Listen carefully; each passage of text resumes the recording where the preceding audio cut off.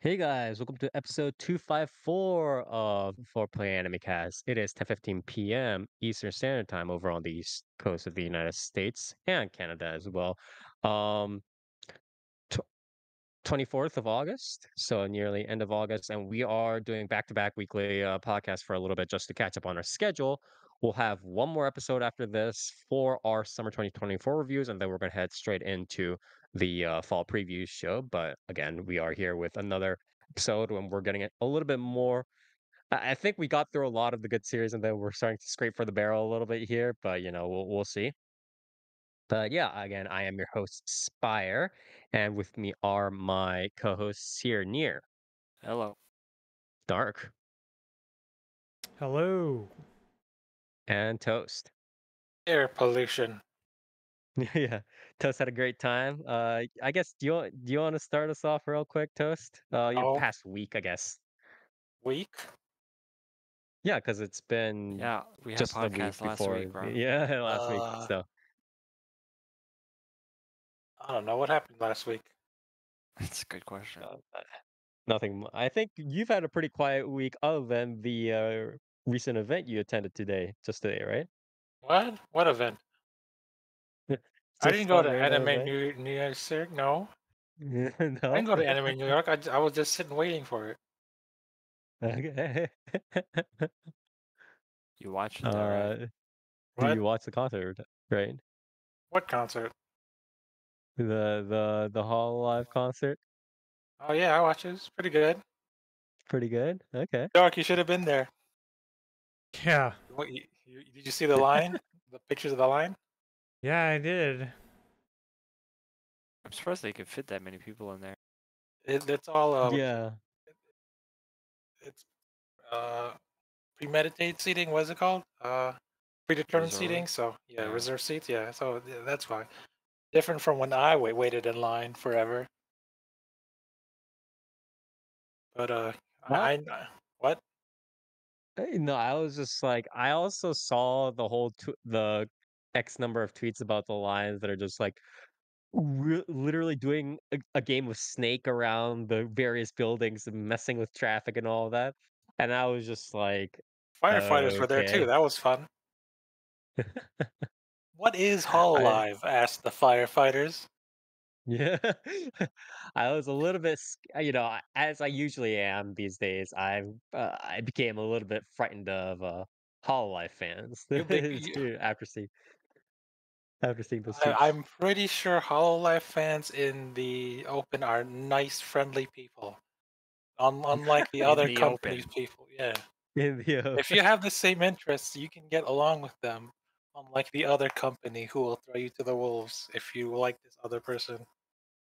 Listen, That's what's man, called. That's they're what's called. fearing for their life. Okay, they've Yeah, been threatened with violence. So That's what's yeah, called a bro. name branding. It sure helps when you have all the branches interact with each other. So if you're a fan of this person, you can also be a fan of this person. Unlike the other company, I guess. I think there are a lot of other things to be weird and creeped out about the Hololive fans, but sure. um, but I don't know, anyways, man. so All the pretty ones I quiet. met was pretty cool. Well, Anyway, no I don't know comments. who you guys are talking to, but like all the dudes I met in real life, they're nice people. All right, so Well, yeah, I'm glad that's they the were. case for you, but Yeah, it was delayed an hour because of the huge ass line, and also their security, like the metal detectors broke or whatever, so they were checking them in person. So they better fix that by tomorrow by letting people in earlier, whatnot. I would say, yeah, pretty good okay. for day one. My favorites were, I guess, Mume and Fauna's new original song. It's called "It's Not a Phase." It's it's 2000 emo goth song, as expected of those two. That was pretty good. Then she already did "World Execute Me" by Millie. That was cool. I did not expect that song in a whole live concert.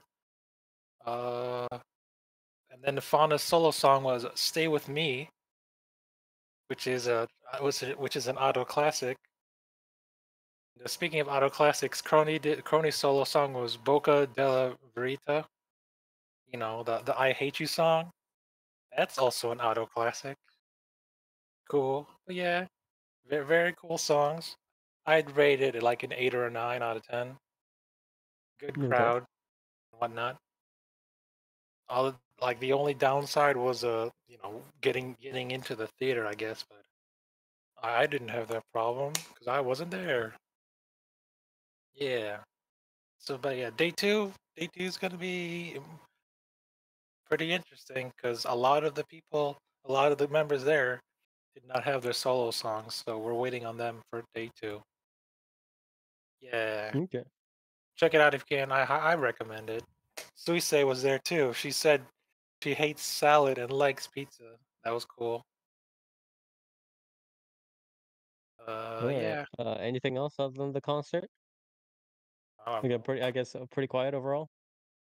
There's air pollution tomorrow. Who do I blame for this? I don't know what it means. Near, I are you think starting the forest entire fires in planet. Canada? Honestly, it's the Chinese. All the bad air, all Yeah. our good air went there, and all the bad air came here. Yeah. Yeah. I don't know. They got a big spaceship that turns into a maid with a vacuum. Yeah. Oh my god. That's a Anyways, reference. thank Are you That's a going to reference, round by the one, way. Spire? Are you yeah. going to round one? Gonna get the goods? What? Oh, am I going to round one? Yeah, you I would are. I not No, might you recommend are. look doing that. at it, but I I wouldn't. really hate playing crane games. Like it is Bro, not. you're I not even going to be specifically. able to get to the crane game. That is true. All the Hololive fans will literally just be glomping onto the clearing games like all Yeah, day. somebody's So going to like literally yeah. smash through the glass before you even get in, like That's into actually the not a line. joke. That's Yeah, actually like something that could very well happen. Those fans, you know, they have their ardor. I think is what I I would mean, listen, charitably call. they're playing a dangerous game, dude. They got sports scalpers involved now. Now they might be those same scalpers might now have turned into fucking Hololive scalpers. So you That'd be don't hilarious know. if they just They'll take it they'll off be the Kraken. Yeah. ones. Listen, they'll be the ones that'll smash that glass and just start Or looting. they just have like a round one employee that just secretly Yeah, takes that those too. and Yeah, just they'll just scalps them. start like taking them out of the back, immediately. Hey guys, sorry, we're already out. Crazy, Yeah, crazy how exactly, that happened. exactly. Oh my god. Oh, But I yeah, want to see. I think it'll be funny to see like a video of how sometimes after like a decent number of or like after a decent number of tries, um somebody will come one of the employees will come in and just like move the doll to like sometimes like a harder location at times, right? yeah, If it's like a easier thing and if the plushie, let's say, is in an easier position and you're about to come up to, get it, snag it, right? The employee will like come up and just move it to a harder location. That's gonna be real fucked up, to be honest. Oh god, it's gonna be interesting. But anyways, anything else, Toast? sure is great being a Hololive fan. Yeah. Uh-huh. Yeah, they've had a pretty good, I think, round of events. Obviously, starting with or recently, obviously the most major one probably being the Dodgers game, and then as well You as the forget surge of concerts Fourth too. Fest, Fifth Fest? You mean the yearly concerts? They're always good.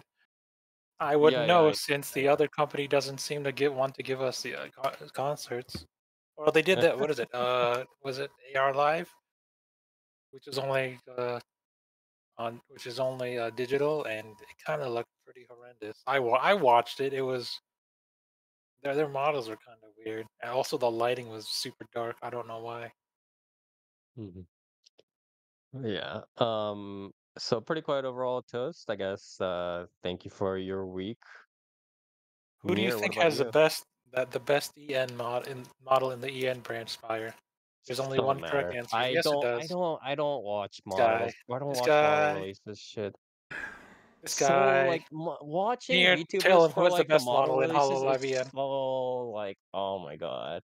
I like I know I'm gonna get shit on this by the brain rot people out there, but He watching hates VTubers for their models. model watching VTubers for He their model hates release is watching just 3D Do you mean debuts. like, such brain oh, rot. you mean like specifically 3Ds? Yeah. Who's your favorite Um, EN member in 3D? um, I don't know. I know. I mean, Fauna's is good. I feel like. See, that's a correct answer, Spire. I feel like. Don't care about any of them. I haven't like. Granted, I haven't watched her at all, but I feel like every time I see Callie's model, it's actually pretty good. So there's that. Yeah, I mean the Yeah, she quality of has the model money. has All very that. nothing to do with Yeah. the streamer. So the But quality of yeah, the like streamer stuff. pretty much the only Hololive EN I watch still is Fauna. You should I watch should. Cecilia. She's pretty good too. Yeah, I heard she's pretty good. I should also probably watch more Mume, but you know. I think the I mean, only Mermaid really three doesn't do She's German. 3D though. We don't have Germa anymore. We lost our boy Germa. We got Yeah. Fauna Fauna's though. there. So Yeah. I think the But she's only doing three that thing. EMV tippers that come up for me on the feed is like Fauna, and then Crony and Narissa. I think those three. I think. Why Yeah. Crony? Why do you like Crony? I don't like I know Crony. She why just I comes like to my Crony's He feed. model. hates Crony. He hates Yeah, Crony. I hate Crony. It's over. Me I and know why I Crony like no Crony's longer. model, which it doesn't need to be said because it's super obvious. Because of her big Yeah. Slender Man arms. Hell yeah. Yeah. She's drawn by my favorite Fate designer, so it's like, damn, it looks really good in 3D. I will say though, Narissa has the similar coloring, but her proportions are better Uh-huh. because she's drawn more normally. But still, Crony's model is my favorite for obvious reasons that I just said. Okay. All right. Moving on, I guess. Why do you Nier, hate what Gargura, by the way? I've never hated Did you Gargura. know? I just think she's memes. Did you know there was a small child in the audience that was dressed as Gargura? That was cool. Wow. Very, very cute. Gargura is quite a popular cosplay She for is very younger. popular for yeah. Yeah. I mean, and she's very popular in general for a younger audience, right? Yeah. So I just don't really It's watch because her, and I she's think saying she's just memes. it's because she's saying Baby Ah, or Shark. whatever. I hope that Yeah, small Baby child Shark, I didn't. think I or hope that whatever. small Yeah. child didn't wait in line for 3 hours. That would be Probably sad. Yeah. did. Yeah. Anyways, Nier. Yeah. So my last week was awful. What happened? Pretty Bad. bad. Well, so first of Final all, Fantasy time. So what's happening? well, I mean, I'll leave Gotcha. the bad shit for later. But How Yeah. are your on fright Sunday, trains near? also on Sunday I went to the mall, right? Yes. With my family, and that was fun, right? Mhm. Fun time out. And I got a T-shirt. It's cool. I got a smoothie. Okay. Kind of smoothie. Tell us. It was blueberry banana. It was weird. Nice. That's Nice. weird. It looked like sludge. It was like dark. Well, blue and yellow is not gonna. Yeah, it's it was not like gonna mix it looked super well. kind of like sewage, but Near, how are your? it Did tastes you pretty take good. the train near? How are your trains? No, I drove. Because Yeah. your railroads are still on strike, aren't they? Yeah, but Hell not yeah. like passenger rail, like Oh, cargo rail. that's I even think. worse though. Yeah. How will you get your it's not smoothie ingredients? good. Well, hopefully they strike a deal. But yeah, after I went to the mall, the day after I went to the movies with my dad, and I saw Deadpool and Wolverine, and that was really Yeah. fun. That was a good movie. I liked it a lot. And then the day after that, I started feeling a tickle in my throat, and I was like, "Oh shit!" Oh no. And sure enough, I came down with a pretty gnarly flu that I've had for the past like 3 days. Mm-hmm. You know, the usual coughing. My nose has been running like a fucking faucet. Are I've you been usually the fucking type to recover quickly from these sorts of things, or slowly? yeah. Usually, so for me, when I get the flu, it's usually like 3 days of like feeling like absolute fucking dog shit, and then it's over. Oh, okay. So it's not too bad, but still sucks. But yeah, I had like the works. I was shivering, I was heating up, I was sweating like crazy. I'm still kind of sweating a lot, but yeah, not great. And then to top it all off, we got fucking earlier in the week, we were unfortunately hit with the news that fucking Atsuko Tanaka passed away, which was like that. I mean, that ruined like my whole week pretty much. But Yeah, that yeah, news hit hard. Yeah, I was gonna mention it later in the news as well. Yeah. yeah. But yeah, not a good week for me. But it was busy, I guess. So there's there's that. But yeah, that's pretty much it for Yeah, me. what's your favorite role of hers? It has to be that. I Say it. mean, probably Kaine, but Oh, okay. I mean Oh, okay. the major is like There you go. That's Yeah, what I was it's thinking. a like, little bit hard too. the Yeah. major is like easily her most iconic role, right? Mhm. Obviously Medea was quite good too. Yeah. I mean, she's a legend, right? So Yeah, she, yeah, yeah. like her absence is going to be missed for a long time, I think. So It was actually interesting because recently she so Inoue Kikuko, the eternal 17-year-old, the person who does these days a lot of like calming One-san motherly voices, right? yeah, She was actually talking about her generation and when she got in and how she initially was just she thought of herself as like a failure essentially and just like not good at anything, not good at teaching, not good at initially doing the voice acting roles or whatever. But then her voice is quite good and she worked hard and she eventually got through it and now she's the legendary voice actress we know her to be alongside obviously her generation. And um she's actually only 2 years old younger. Did you know than Akiko is only 2 years old younger than her, and I'm Yeah. just sitting here thinking like, if we get this is actually, like, potentially really bad if we get another kinda spree of, yeah, people who might pass away in that generation, because that's, like, a really legendary kinda lineup of voice actors and actresses. Yeah. Anyways, thank you for your week, Dark. I am MMO Andy. I am MMO Andy. Okay, I can't stop playing MMOs. I'm playing so many fucking MMOs, man. Like, What's the hot one on the market? Is it Dustborn? no, it's not not an an MMO. MMO, not an MMO. Oh, I keep hearing about No, I Dustborn. You was should talk about playing. Dustborn. Yeah, you keep Oh hearing no, about you should Dustborn. not. I never mind. Let's talk about the. No. So I was playing. Obviously, like I was playing FF14. I haven't played in a couple days though. I think I'm kind of like putting that on the back burner, just with like logging in and like taking care of some stuff. But I don't even really know if I'm gonna play very much, just because like I kind of missed the boat on the raid tier, on like playing the raid tier, and I kind of like don't feel like putting in the work to try to like find any like group outside of that or anything. So anyway, that got put on the back burner, but then I was like, you know what? Elder Scrolls Online, let's go. Just got Oh an God. update. Immediately started playing that, and then I was like, ooh. On the 20th, the new Guild Wars 2 expansion came out, and the Guild Wars 2 expansion, that game doesn't have a subscription, and the expansion is only $25. And I started playing that, and that's a really good time. And then that was to hold me over until the 22nd when the new World of Warcraft expansion launched. So I've been Oh playing my that God. because my main game essentially is, and always has been, World of Warcraft. Yeah. As far as MMOs go, so I've been dabbling.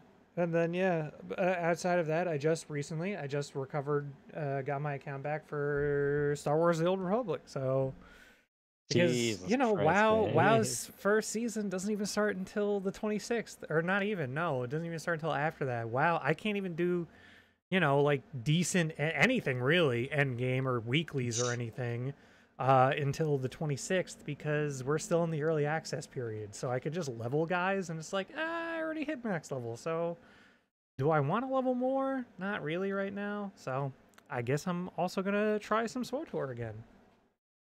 But yeah, that's kind of been it realistically. Like obviously still keeping up with gachas.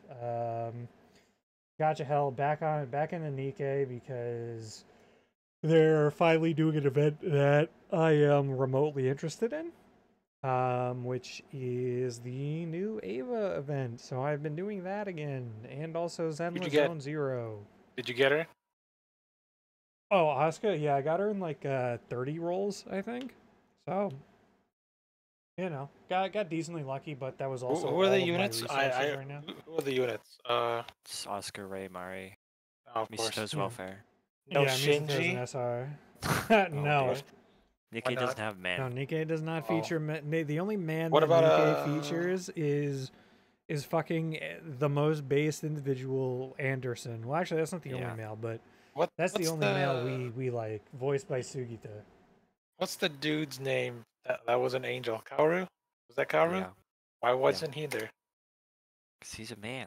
He's a boy. Yeah, they don't get transferred over. Same thing that happened with actually no, that's not what happened with Chainsaw Man, right? Like didn't I think Denji was in the Denji event, was there? Like he did was have not. art. Yeah, he's obviously not playable. He was not That a will unit. never happen. I think it'll be a cold day in hell when Nikkei gets a playable male unit. I think they should. I think when like Nikkei's like ending service, they should do like a male unit, and he's like the best unit in the game. Oh, that would be incredible. I mean, it should just be the commander at that point. Yeah. Who looks the best? Who looks the best from the back? I'm going to say in the collab. Collab? I mean, probably Misato. Like. Yeah. I think Asuka's right. costume is good, but. Oh yeah, the prototype plug suit. Yeah, I know what you mean. No, her Spending casual costume. Yeah, kind of awesome that just as an aside, one of the things they did was all of the school uniforms are free. You just need to roll the characters. All of the and then Asuka has like a really good streetwear outfit that's for like the battle pass that's like really easy to get, and like I think it's like $20 or whatever, and gives you a bunch of other resources. Yeah. But then for some reason, for the fucking gacha, which is like I think like a minimum $60, right? Well, I think if you're hitting like hard pity for the gacha costumes, it's $60. Like if you're lucky, you're thinking like 45 probably, like because you need to do a minimum amount of rolls to even get a chance to roll the costume. The gacha skins in K are fucking absolute ripoffs. But you know they have a bit more quote unquote effort put into them. Yeah. I.e., they have a skill animation attached to them. But yeah, for some reason the current one right now is, and it might be the only one actually, because I was looking more into it. But yeah, it's Asuka's like test. It's the only one they've suit. shown. So yeah, I assume they're gonna do another one. One. Actually, I don't know. I don't know if Ray or Mari are gonna go in. I feel like they would have shown that. Yeah, they were... It's just weird though because I think this one ends like halfway through the actual event. Because this is a long event. This shit is. Yeah, it's a really long event. But I mean, it's got three. It's got like three. Yeah, it's got three campaigns. So. Yeah, and 3 SSRs. So like. Yeah. Yeah, it's a big one. But yeah, for some reason the only gacha costume right now is Asuka's test plug suit, which I mean I guess like a lot of people like, but I never liked it. It's probably my least favorite like design I've ever seen of her. So I'm a huge Asuka fan, and I always thought the red and orange test plug suit was ugly. I don't really mind the idea of the red and orange. For me, it's more so the does her costumes come with her hat hard and eye patch? lines running down? No, see that's the thing. No. Like if that was the gacha, I don't think it's. Well, no. You know. I think it's pre 3.0, so nobody's fucked up yet. So. Wow, near spoiler. And none of the fucking like rainbow suit or whatever the fuck that shit was. I Yeah, remember. that's 4.0, Anyway. dude. Yeah, so Yeah. none of that should have been the gotcha outfit. Also, Okay. as a disclaimer, I've literally never seen any of Ava Yeah, whatsoever. you're stupid. I've You're seen stupid it. and you smell What bad. about the So- famous hospital scene, Dark? Yeah, like I said, so I've seen that. There are crosses. I know that world turn red. That does happen. Have you seen the famous ending And of End of clapping. Evangelion? You know? The famous end of Evangelion. Where As it's known. Asuka's, where Asuka says the two lines, and then for like 10 years, everyone thought she was pregnant. Yeah, That was fun, wasn't it? Near? I don't understand why people thought that, but whatever. Don't you know, Near? Morning sickness mean. She said she felt sick. That means morning sickness because she Not crawled really. out. She crawled out of the womb of humanity. Yeah, I think she was. I know, man. Whatever. Yeah. I do want to move on, but thank you, Dark, for your past week.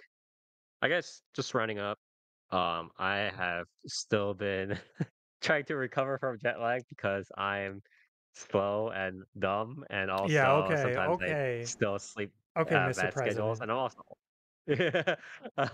also I am old, much although I am only like trying to say 1/30th the age of Joseph Robin of Ida, but it is.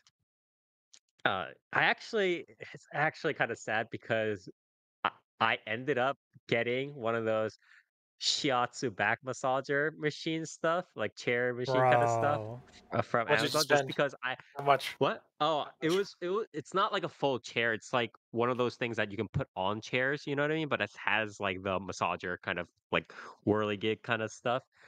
But it was only 100 bucks or something like that, 80, 90, 100 bucks ish. But I just Daylight kept it was shiatsu massage cushion with heat massager, 128. Is that it? Yeah, but it's cheaper than most of the decent massage gun kind of stuff, and it also covers like various other things, and I don't have to hold it in place. So I just kind of bought that because I've been getting continual knots in my back for the past, couple of weeks, and I was just like, I can't deal Is it with the this. gravity? Is it because What you do you went to mean? the southern hemasphere where gravity is Yeah, yeah, stronger near it's the equator, the so you've the been compressed? centripetal force just pulled me the other way. Yeah. Yeah, don't you know? The closer you are to the equator, the stronger gravity is. Yeah, Why? my That's back why you're being turns in the same compressed. direction as the toilet swirls. Yeah, Hell yeah! exactly. True. But Just but like yeah. when astronauts go into space, they get compressed. Yeah. But I've been dealing with that a little bit. I finally, I think, solely managed to fight off the enough jet lag so I can get a proper schedule, and I just start sending out the stuff I got last Comic Con or this just past Comic Con a couple weeks ago, and I need to start sending stuff to people.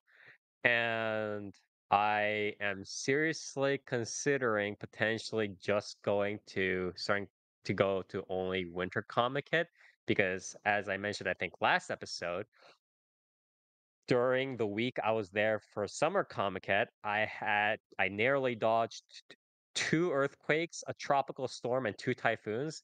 So that was not pleasant, and I would like to not do that again. So Do you prefer I the have heat to. or the cold? I prefer the cold, to be honest, but I do too. Based. I mean, for Japan but especially though, too, right? Because doesn't it's it get also the like fact that ridiculously when you're at humid? Comic Con, yeah, when you're at Comic Con, you're not waiting inside the building for any of those. For the 3 hours, like let's say I'll arrive at 8. And from me arriving at the station slash the initial train entrance into to Tokyo Big Side, from me and exiting the train station all the way to or me exiting the train at that station all the way to me finally sitting outside in the line to get into Tokyo Big Side, that's 1 hour. And then let's say start lining up at 9 o'clock. They start moving at around 11 to, yeah, 11, and we get into Tokyo Big Side around 11:30, 11:15, 11:30 or so. That 2.5 hours is entirely outside in the Japanese sun. And you are either in the sort of mall strip lawn plaza within the general Tokyo Big Side area, or you're just steaming to death in the asphalt parking lot right next to the Tokyo Big Side area. So it's pretty much purgatory there in during the summer. I haven't experienced it in the winter, but I can't imagine that it would be worse because you can't exactly take your clothes off outside in the burning heat. While if it's winter, you can always have more layers. So I'm seriously thinking of doing it, but as some people might know, Winter Comic Con is smack dab in during Christmas/New Year's week. I still don't know why they have it during that time. So all the tickets there will be expensive, and also I'll have to probably spend um time in at least in the lead up until New Year's in Japan doing Kafka stuff, which is not the worst thing because I can always potentially fly back to Korea for cheap to visit my parents a little bit. But it's still very weird to be like, yeah, I'm spending New Year's week or New Year's days at Comic Con. But the interesting thing is recently, ever since 2015, more people have visited Winter Comic Con than Summer Comic Con. So I guess I'm just part of the trend then, but we'll see. But it's been me mainly deciding upon whether I want to do Winter Comic Con. I have to decide pretty early because I have to, set up the trip and, potentially see how much money it is and plan all that stuff in advance. But just playing that, getting back in the shape of things, watching anime. I'm on a diet currently and I'm filling it up by watching a lot of videos on the Japanese side about people going to various ramen places and eating and so on. So Isn't that the I'm same reasoning people who watch mukbangs use? sort of, yeah, pretty much ish. But I Are kind of you a started out. mukbanger now, Spire? No, I started out watching the videos as a preparation for. Oh, I want to go to XYZ places when I go to Japan next because I really whenever I go to Japan, I mainly focus on visiting ramen places and not really a bunch of other places. So I kind of started watching those videos, but in the middle, I just kind of realized that I was instinctively watching more and more of those videos because I was on a diet. So, take that how you will. But that's been most of my week, just trying to stave off diet, getting back on jet lag, Why, starting up why, some why are you other stuff. dieting? Did you eat too much in Japan? Um, I mean, I eat like about it's pretty standard, like 2000, 2400, which is around maintenance calories for me. But the issue is it's very hard to exercise in a gym or find a gym to exercise in Japan. And anybody who has been in Japan for long enough will tell you the same, or even traveled in Japan will tell you similar things. But pretty much 90%, 95% of those smaller gyms that's not specifically something like a Gold's Gym or whatever will or it's if it's not like a gym that's built by a bodybuilder will not have visitor passes. They'll only have these weird monthly passes where they just try to lure in like 40-year-old old ladies to just do one-on-one personal training session every once a month and just suck off their money, right? And they don't have visitor passes, they don't have one-day passes, stuff like that, so it's very annoying to find proper gyms in Japan, but yeah. But yeah, that's been my week so far, and with that, we should just start right off, starting with Toast. What do you have for us? What? Spire, how do you feel about women? I support, That's a the loaded various, question. It is a loaded question. endeavors towards gender equality, question mark? Okay, Trump. Oh, Yeah. okay. Sorry, Nier. Yeah, That's Nier. That's I your guess There's a series direct online. quote. much better, yeah. But yeah, what is your series, Toast? If you had an arranged marriage, would you cheat on them? Probably not. Would you what is it? What's it called? What's the word that I'm thinking of? If you have another woman while you're engaged, what's the word? Isn't that cheating? No, what would you call A the mistress? person you're? Thank you. That's the word. Oh, That's okay. the That goes word we'll beyond use. being engaged. That's just like kind of in general, but Yeah. What would you do if you had a mistress spire, and you had relations with her on the bed that your fiance sleeps in, and you put her clothes in your fiance's dresser? How would you feel? Wait, he what? would say, How would oops. I mean, he'd probably feel dead in the morning after his fiance kills him. What do you mean? No. What Okay, am I talking about? Oh no, yeah, it's a good question. yeah, yeah. Okay, so what series are Okay, you so what is your covering? series? What series? Shit, what's the Uh, title again? It is Dahlia and Bloom, crafting a fresh start with magical tools, also known as Madougushi Daria wa Utsumukanai. 今日から自由な Madougushi. 職人 life. Yeah. So Shokunin Life. Yeah. yeah, so this is Why a would I want Naro, this? the original Naro web novel, then it became light novel, then it became a manga. Now it is a actually got quite a decent number of manga spin-offs and There now was it is two, I finally believe. gotten There was anime one, and then there was one manga, and then there was another manga that split up into two or something like that. Yeah, like had it two. ran at the same time as the other one, so people I got confused. Okay. Whatever. Yeah, that's my series, and it's done by Typhoon Graphics, which I believe Dark would recognize as, is it Dark? I As don't the know, is same it? studio who did no wait, no, that's Korean. I can't read that. Wait, is it? Did you do that one Korean show where why Raeliana ended up at the Duke's mansion? You did that, right? Dark, did you do that? I feel I like I don't feel like I I don't feel like one of know. us did that. I don't think it wasn't so. me. I don't think I did do Other than that one. what about Yeah. One Room? Who did One Room? It wasn't me. What? I might have done one Oh room, yeah, but that was a yeah. No, while back. Spire did one That room. was Yeah, he yeah, did do that was one a room. while back. It's also the same, and finally the same studio's S Rank Adventure Daughter thing. That Oh, Yeah, one. okay, okay, okay. that's the one I I forget read. who covered it. You covered that one. I did. Yeah. Hmm. And so the main thing is there's this girl named Dahlia,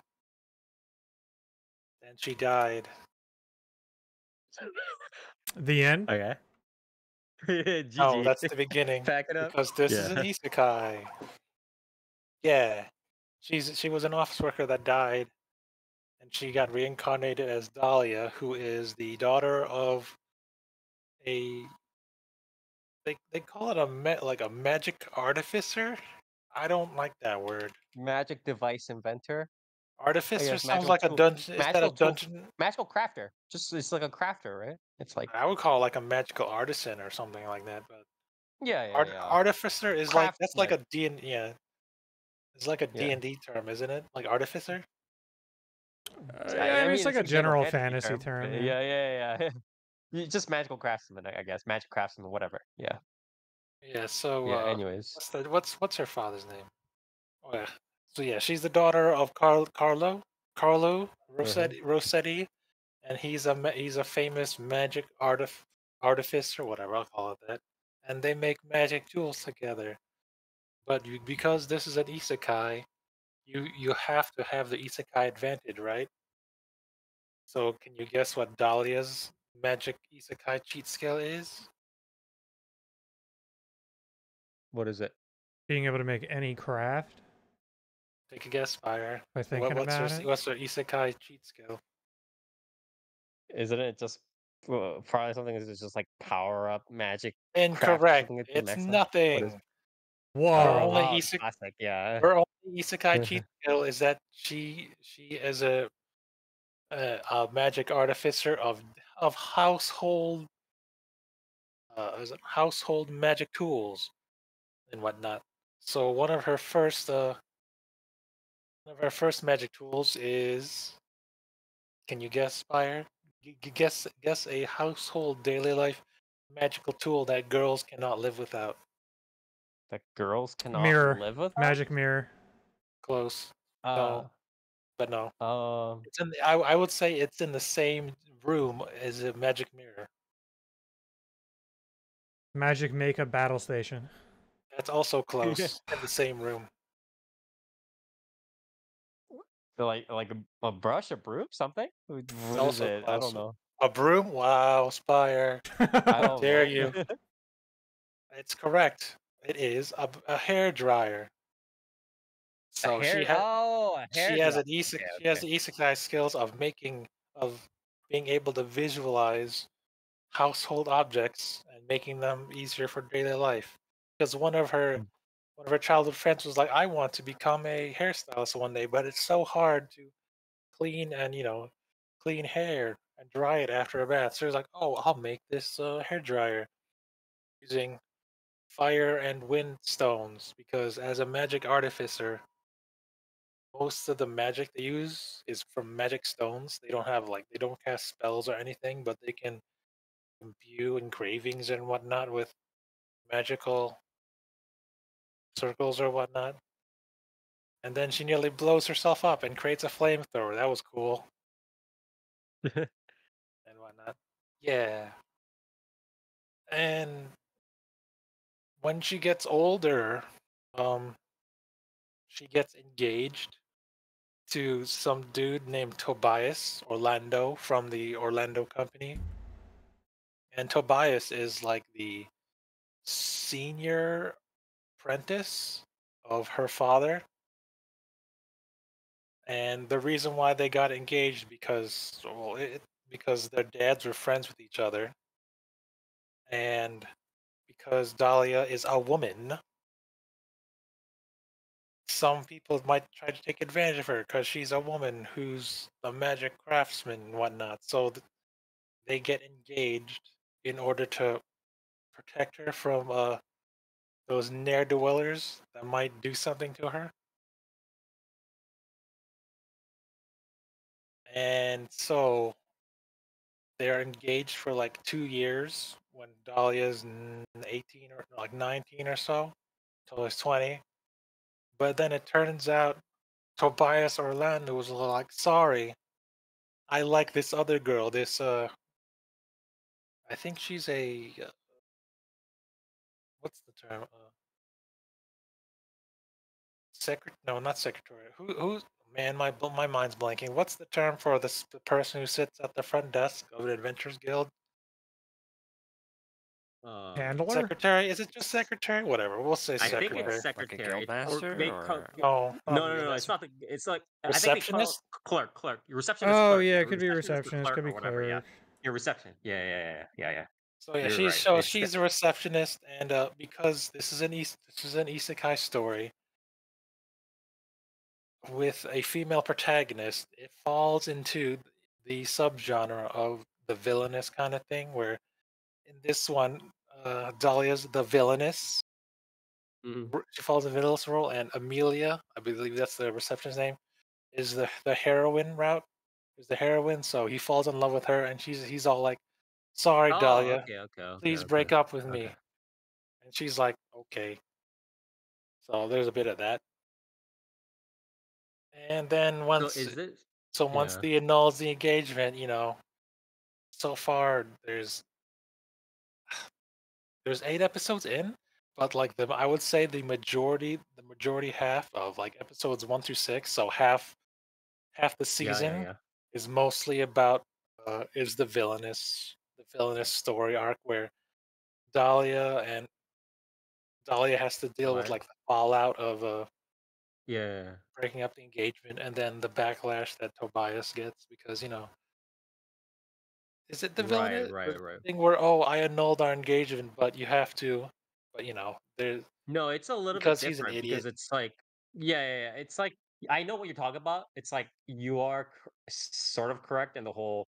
It is following upon similar structures and traditions in the sort of villainous, or I would call it the larger subgenre name would be kind of the Otome game isekai The arc, right? banished. What is it? The banished village thing? Is that what it's called? Sure. Yeah, similar to that. It's like it's just the villainous is just creating new flags or breaking flags or whatever it is, that whole thing, right? Like I'm gonna create my own route or I'm gonna get out of this route or whatever that. I would call it maybe the Otome game route is sort of the bigger subgenre where you're just having the strong independent main female character kind of busting up and just doing her stuff and not caring about shitty male sidekicks or the villains on the side. But so most of this is, as you said, episode 1 through 6, her Dahlia breaking up with Tobias. And is this just going from arc to arc? So there's no it's not like some of the other standard structures of something like a villainous or I'm a female alchemist or I'm a female whatever it is or a guild master where it's episodic in them trying to build stuff or they're using their powers to do stuff, right? It's pretty much arc to arc. Unfortunately, no, because like I said, the first arc, which is episodes 1 through 6, is the villainous stuff, which is very similar to another series. I want to say is of course I'll claim Palimony if you know Uh-huh. what that is. That's an old classic I Yeah, like. I know of that. Yeah. Where after the breakup, well, after the breakup, Dahlia, the- during the time that she was engaged to Tobias, Tobias was acting pretty not cool in today's standards. I'll give some This- examples. Uh, Dahlia has striking red hair, and Tobias was not cool with that. He's all like, "Don't you think your red hair's too garish?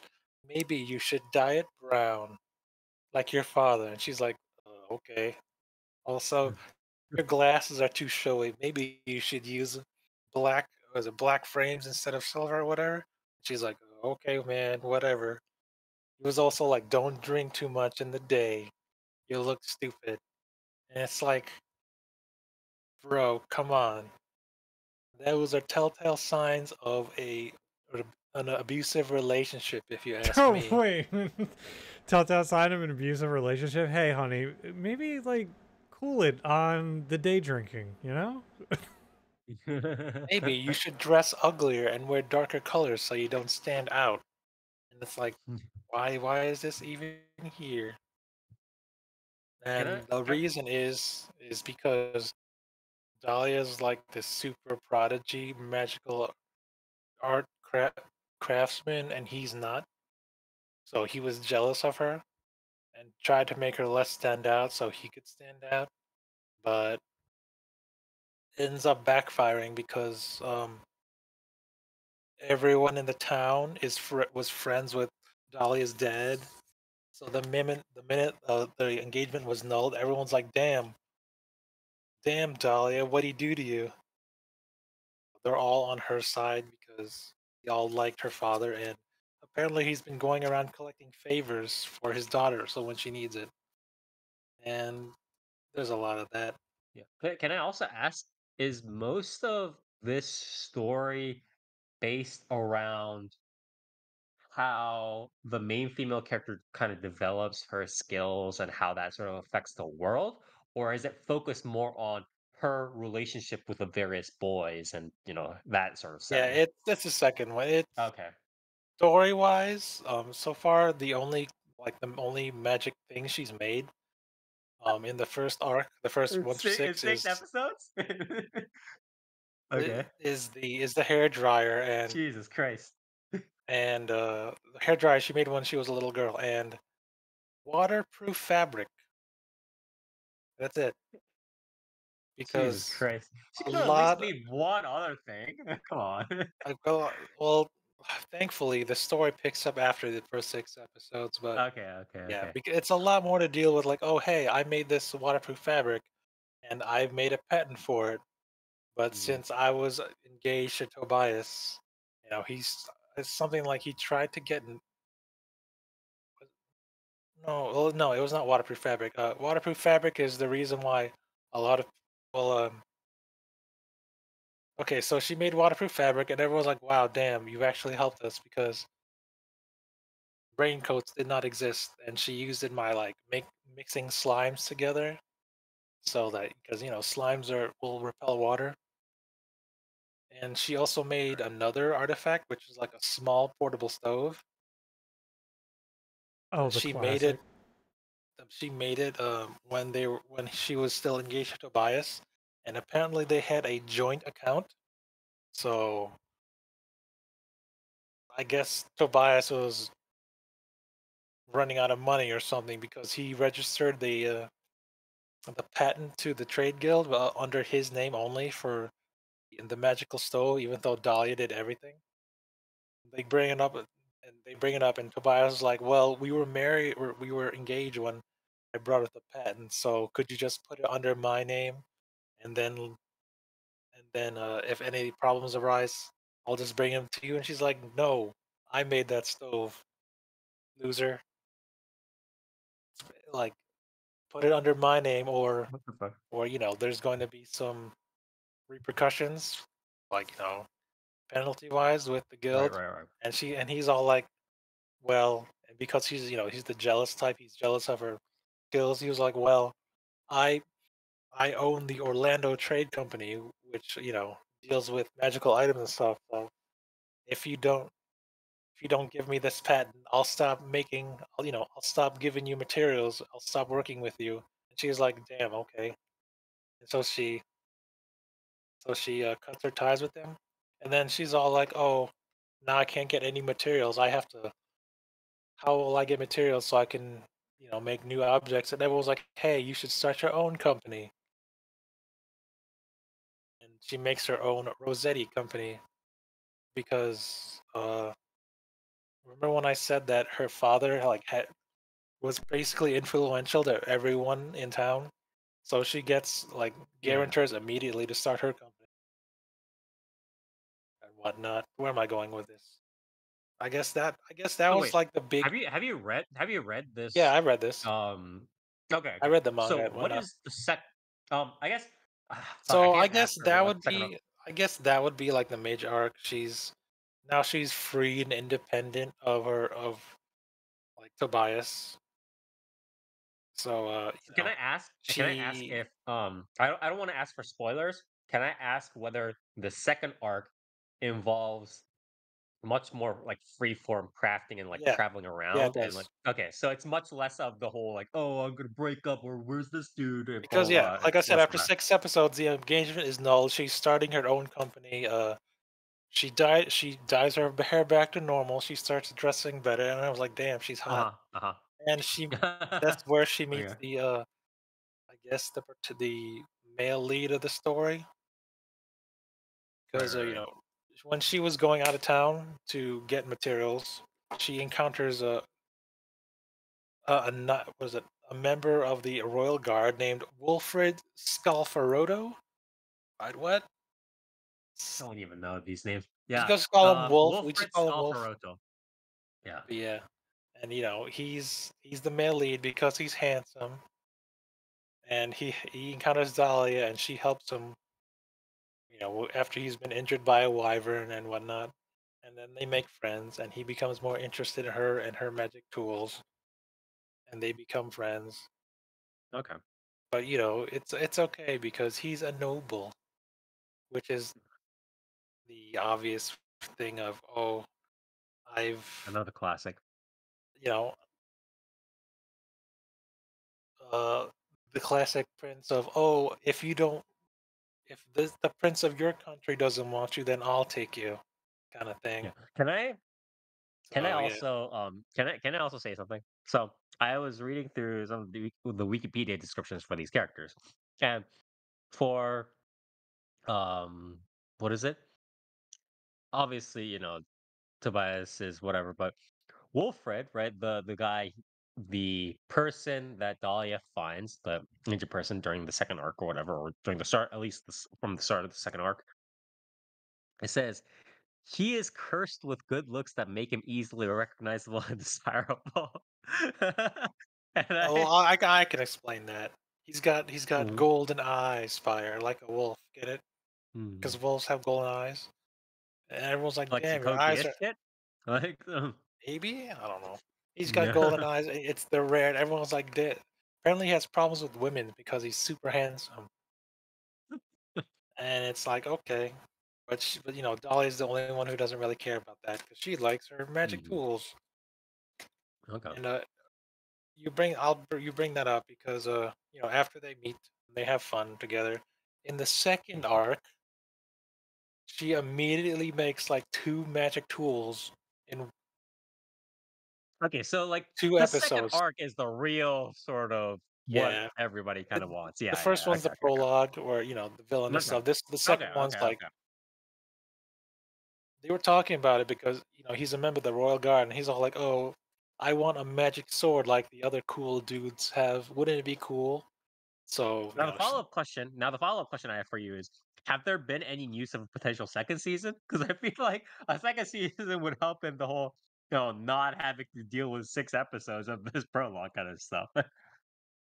I don't know. Maybe I hope Yeah. so. It's anyway, but yeah. So second arc, she immediately it takes 1 episode. They they make a prototype magic sword using cool stuff. Also, she designs eyeglasses that block perception. So it turns his gold eyes into green eyes. Get it near? Yeah. Does that sound familiar near? What? What? Glasses that block So the perception so the second arc is Oh, mainly just them perception sure. kind of going off into doing actual crafting stuff and after actual developing crafting the combat. But yeah, also yeah, and developing a slight tie with like Wilfred and stuff like that, right? I And want to the other say characters. there was for in this series there was a Uh-huh. suspicious number of eating scenes, like more than drinking wine scenes, more so than making magic tools and whatnot. Yes, the thing is also I saw this. So this is a male author, right? Is this a male author? And it's like The author this is is this light novel and the manga and stuff like that are how do I say this? It's more dedicated towards males in the magazines that this was published in, right? So a lot of this seems kind of like obviously the author I wants to don't. write this structure, but it's like a lot of it is Why would you say needed the in a author way. is male? Because I don't get that from this author. The author is Hasaya Amigishi, and how would you? I don't know. I'm just wondering because if it's like a dude writing things for dudes, right? Usually that seems to be usually a little bit more common, I think, right? But Do most dudes write villainous stuff? Is that what we're getting at? no, I'm not saying that most dudes write villainous stuff. What I'm saying is that in the line of people just writing this sort of like Isekai stuff for males, a lot of the authors, I guess, with the web novel stuff in general, tends to be male writers, right? So that's what I was just wondering. But if it's not, then I I'm just don't know that this is a male or female author, but oh, anyway, where was I going? What else do I have to talk about? The voice actors, I guess. Voice actors. Rossetti or Dahlia is voiced by Onishi Saori. I don't know who that is. yeah, just some random voice Yeah, I actor did actress. just some Just chick. nobody has given roles to her. Yeah. Oh, and then the main lead, Wolfred. Why is it called Wolfred? Oh, my anime list. What are you doing to me? Yeah, Wilfred, it's Wolfred. Kamaru Atsushi. Yes. I don't know who that. I actually don't know who that is. uh, Uh, I think he's. looking, What is it? going through his He roles. has been up. He has been in the business for a while. It's just that he hasn't gotten like a shit ton of I want to say these sorts of like main roles is what I would say. He hasn't gotten a lot of them. Okay. Sure, whatever. And then Tobias is voiced by Tomohiro Ono. So, that guy. Yeah. And then I Mhm. guess there's a bunch of other people. The vice guild leader is Ohara Sayaka. And then Another pretty prolific voice actress recently. I guess another dude that I can point out that I know off. I'll know off the top of my head was Oswald Zora, who is the author, who is the what do we call it? The owner of like the high class magic artisan store, because Dahlia only does like daily life stuff. He's voiced by Junichi Suwabe, Oh, so okay, that's okay. cool. Do you know Nice, who nice, Junichi nice, nice, Suwabe nice. is? Just some random person. Here, do you know who he is? No, never heard of him. Me neither. Never heard of him. Yeah, So, I guess so. do you want There's to a pretty go? good cast. Pretty good cast Yeah. in this. Do you want to go over Um, the audio visuals real quick? the opening is Chisana Tsubomi by Nako Misaki. It's all right. Hmm. And then the It's more ending, of like a stand Annie song kind of stuff. Yeah. it's all right. Then the ending is Glitter by Marina Horiuchi. It's also all right. Yeah. But overall, okay, now we go into the visuals. The visuals are weird. Weird. You Why? know how in manga panels, you know how they cheat the way to like getting designs on clothes, on people's hair by like, is it layers, right? What do you mean? You know, Are you talking about how they have used like you draw the hair and the clothes and stuff like that on different layers, or what are you talking about? you know how they like, how would you put plaid in a manga? Don't you just like add a layer Oh, or no, it's a plaid. tone. Oh, yeah, like the It's a patterns and tone, stuff like right? that. Yeah. Like screen toning. Screen Yeah. tones. I mean, There's I don't know some if you can Oh, weird use okay. ass screen plaid, toning in right? the first couple episodes of this anime. Where are you talking about? Like some like chowder level shit or something? That's Like, a good way to put it, actually. Yeah, damn. because Oh, okay. when Dahlia met up with Wolfred because he got injured by a wyvern, they instead of like putting individual, like he's covered in dirt and blood or whatnot, just like his entire body was covered in this weird tone of like splotches, which I guess signified Oh, okay. dirt. What the heck? You Yeah. know, like when Germa played Just Cause 2 and people were like, "Hey," and he did that whole 3DS thing where he's like, "Hey, you have a Yeah. dirty 3DS," that thing. It was kind of like that So all it was over like his body. it was very clearly like an overlay, Yeah. not And it really was all like over his a body. hand It like was super drawn. weird. Okay, yeah.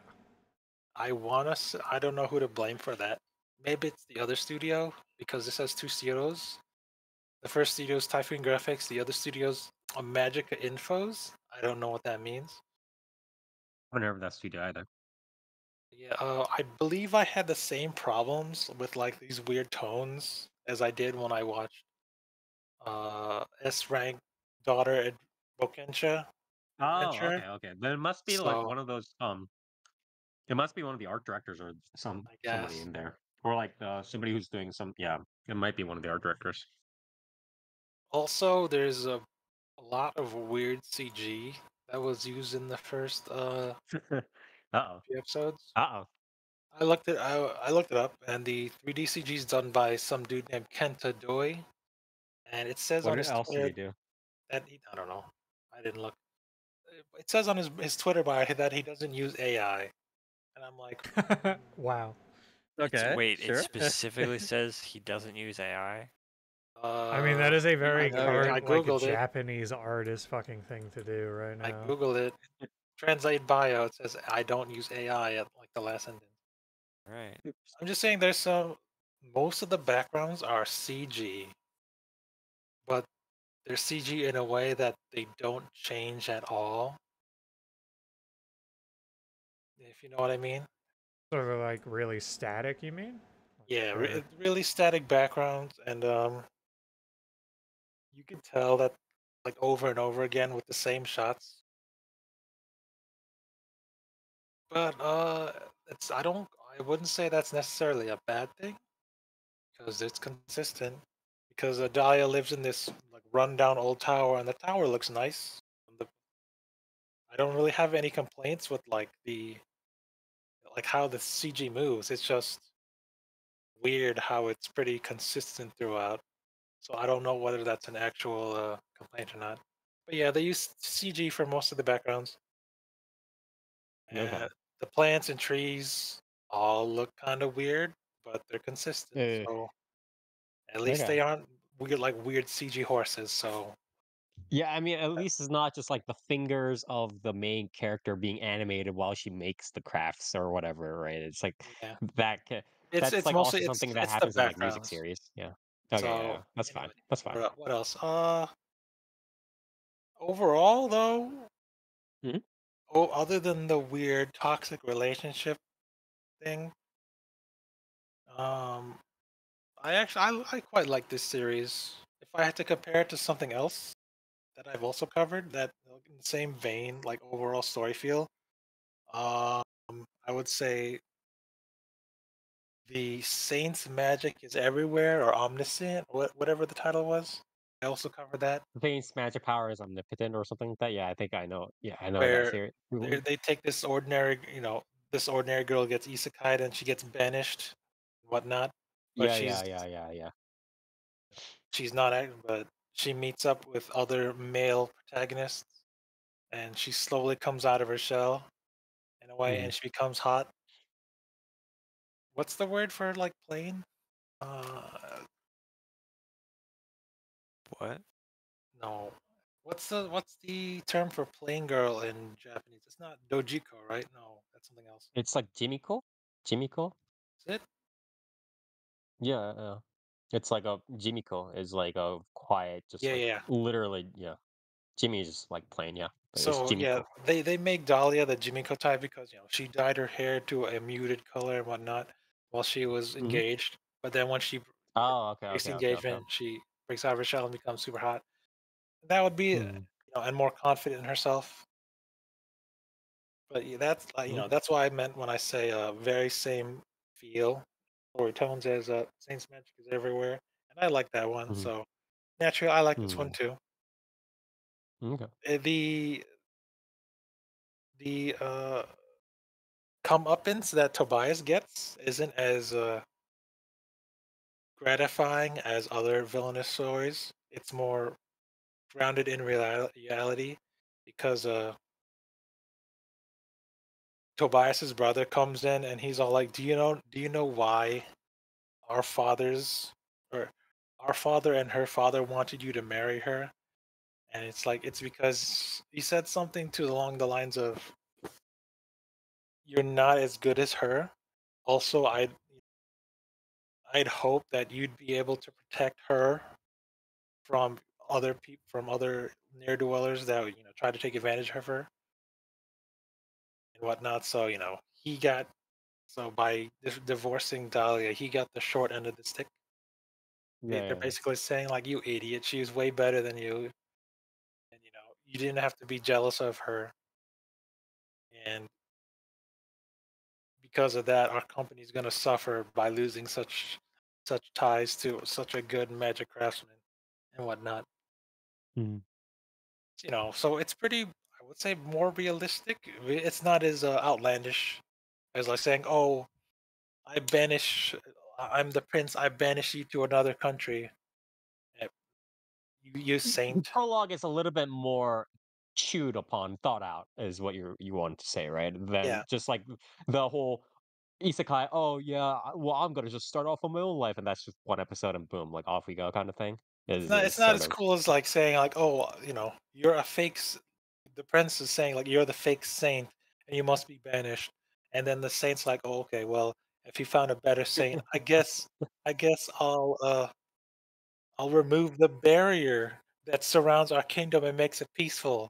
And now suddenly dragons attack the kingdom and they Right. don't fight us. So it's not as outlandish. Uh-huh. It's more, down to earth, which I Okay. like, I guess. Okay. But Okay. yeah, I wouldn't say this is a revenge series. Very much, Yeah, I mean, very much a slice of life series so far. I think it's a Very, pretty standard, like, not ultimate game, but again, one of those strong, independent female lead in an isekai doing whatever kind of series. But again, yeah, the variant is that it has that longer sort of prologue, right? So, yeah. um, what would But yeah, you rate the series? since I liked since I like the Saints series so much, this is a solid 8. Very, very good story. Very Okay. likable characters. Other than Mhm. Tobias, who is basically the most scumbag character this season. Dahlia is very likable. Wolf's very likable. The people who support Dahlia they're all nice, all good characters. Okay.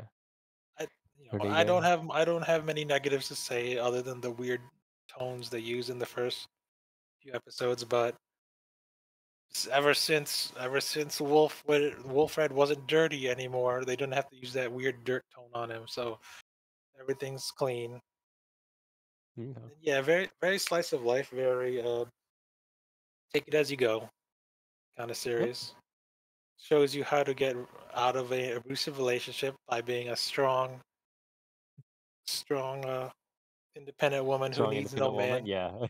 Yeah. Yeah.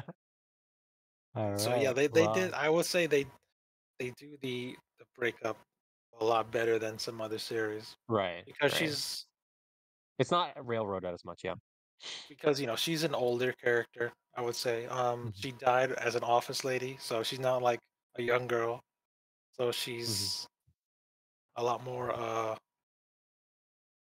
mature with her emotions, and Mhm. she definitely she doesn't like secede her will to anyone else because like I said when that dude was pressuring her to be like can I keep this magic stove patent, she's like no, it's mine. So she gets what she wants, very strong independent. So yeah, Yeah. I like that. All Good. right. So yeah, Well. overall very good series, 8 out of 10. I Mhm. highly recommend if you like the Saints Magics Everywhere. uh, Yeah. yeah, good isekai that's pretty cozy. All right. Well, then, thank you very much, Toast. Again, if you do want to check out a sort of strong female lead, kind of goes out in isekai, it does various crafting, slice of life, plus a little bit of romance here and there, whatever she kind of wants. But with maybe a slightly stronger variant of the prologue at the beginning, then please do check this out. This is Dahlia in Bloom, also known as Madougushi Daria wa Utsumukanai. Utsumukanai. 今日から自由な職人ライフ. This is originally a Naro web novel that got adapted into light novel as well as manga, and now it is getting a anime adaptation. So by again co-produced by Typhoon Graphics and Imagica Infos. So please do check this out. All right, thank you very much, Toast. And now we are on to Dark. You have one of the series that was popping Uh, off a little bit here and there on social media as well. I think yeah, I have a series for sure. a series that exists. Yeah, all right. uh, I've got Roshidere, or it's was this Tokidoki Bosotto Roshiago de Dereru Tonari no Alya-san. Because Alya sometimes hides her feelings in Russian. yeah. And I guess for this, I'll just read the mall description really quick, which is Seirei Academy is a prestigious school attended by the very best students in Japan. Alisa Mikhailnova, or Alya, the half Russian, half Japanese treasurer of the school's student council, is known for her intelligence, stunning looks, and rigid personality. Contrasting her near flawless persona is Alya's unmotivated classmate, Masachika Kuze. Wow. Okay. Yeah. Great. Classic mall description notice. Anyway, Now, all now right. you I'll know just my go from here. frustration. Whatever. Yeah. Yeah. This is not English, guys. Anyway. Yeah. So Kuze is our main male protagonist. He is a slacker. He is the typical rom-com harem male protagonist. In that regards, where he is the slacker who gets things done. For some reason, this series is not listed as a harem. I guess it's like technically in the most like I don't It's the know. similar It's not stuff that as we always straight up just as a talk about. harem. Yeah, I mean, yeah, yeah. it's more Yeah. than that though too, which is I'll get into. But either way, yeah. So the basic premise of this show is Alya has a crush on him, and winds up showing that by speaking in Russian. And she'll say very endearing things in Russian. She'll call him cute. She'll say what she really means, etc., etc. And the basic gimmick is that Kuze actually knows spoken Russian. Yes. Yeah, and so like, but he doesn't tell her that. Ha She ha doesn't ha know ha that, and he she. doesn't. Yeah, and she doesn't tell him that, or rather, he doesn't tell her that. Essentially, because he kind of waited too long, and now he's like, well, this will like kill her if she knows Yeah, it'll be very that I awkward. know. Yeah. Yeah, that she knows that I know Yeah. everything she said.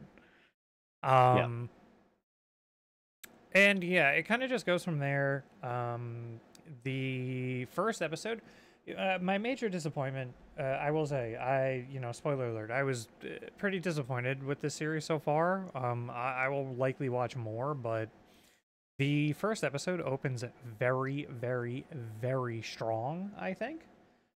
Because it sets it up as a pretty typical rom-com with the supporting characters kind of pushing these two characters forward and whatnot, or like Yes. getting into hijinks with them, or like pressing their buttons. But then after that, I really feel like the episodes kind of like trail off into these like episodic, we're gonna focus on like every single different character for each episode up and through what I watched, which is episode 5. Yeah. And I was We're like, gonna develop supporting cast. Yeah, like listen, man, I really didn't give a shit about the sister, because there's like a gimmick where it's like the sister is like a freak. She's like an otaku. She acts like an ojo-sama type in school, and no one, for some reason, I don't really know why. Maybe their like parents are separated. I forget or whatever, but they do not have the same like last name, but it is his sister. And everyone thinks that they're just like childhood friends. But yeah, so then it gets into that, and she's like she's a degenerate freak who's into reading like incest novels and shit. Right. And they ham it up like way too much, but regardless, then another episode, it gets into Alya's sister meeting up with the male protag, but I'm confused, right? Because even in like I guess just to get to my main point of contention is like in the second or third episode when it's focusing on the sister, or rather the sister plays a much more heavy role. The basic gimmick that comes up is Alya doesn't know it's his sister, and for some reason they're not letting her know that. I guess maybe because of the act that his sister's putting on at school. But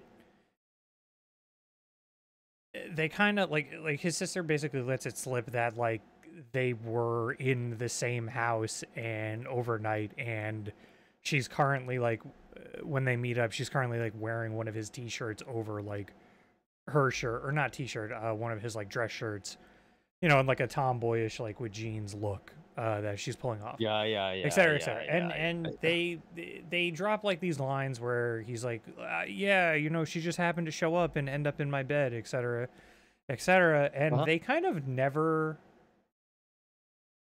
diffuse that misunderstanding. Just move on to another scene. They kind of It's just like, like continue as if like play it off as if that wasn't like something that would be kind of a record scratch moment for characters. Like they play it off as if like that was yeah. just a basic like a harem, like, or not even harem, but like basic rom-com, not antagonist, what would you call it, like rival moment almost, or something like that. Deuteragonist Um, kind of sense. Yeah. yeah, and then they go to that episode wraps up with them getting off the train station after meeting Alya, like them all on the train station, and they get off at the same stop. And Alya's like, "Wait a minute, why are they getting off at the same stop?" And then the Uh-huh. episode ends. And then the next Okay. episode doesn't do anything with that. And it's like, I want to kind of see how this is almost written out in in the web novel, because I feel like the web novel will probably have the way that this is storyboarded. It almost sounds like the web novel itself has weird cuts in terms of like chapter cliffhangers. You yeah, know I what I mean, I mean? really wouldn't be that Um. surprised if it is from the original, because and it's like very odd, because it's Yeah. like, wait, like why do you keep ending, like why are you ending it like that? Like this is something that you kind of like, this is something that feels very much like, important to get through. Mhm. If that makes sense. Like I don't really know why they would kind of I just like also, move on uh, from that. yeah, I also have another issue, and this is probably also a problem with the original story and less the anime related storyboarding as well. But my prop so whenever I hear the premises for these series, or whenever I have to go through these series or have to analyze or help, you guys kind of walk through these series and kind of review it, right? Is in my head, there is a giant monkey with a headband, and the headband has a label on it. It's called Occam's Razor. And at the end of the day, it is as I'm watching Alya, or I'm hearing about Alya from you, or I'm reading about the description, it is similar to Komi, it is similar to Shikimori-san, it is similar to sort of something like Uzai Senpai, um, Uzai Kohai, right? All of these, Nagatoro-san, of course, and all of these other series.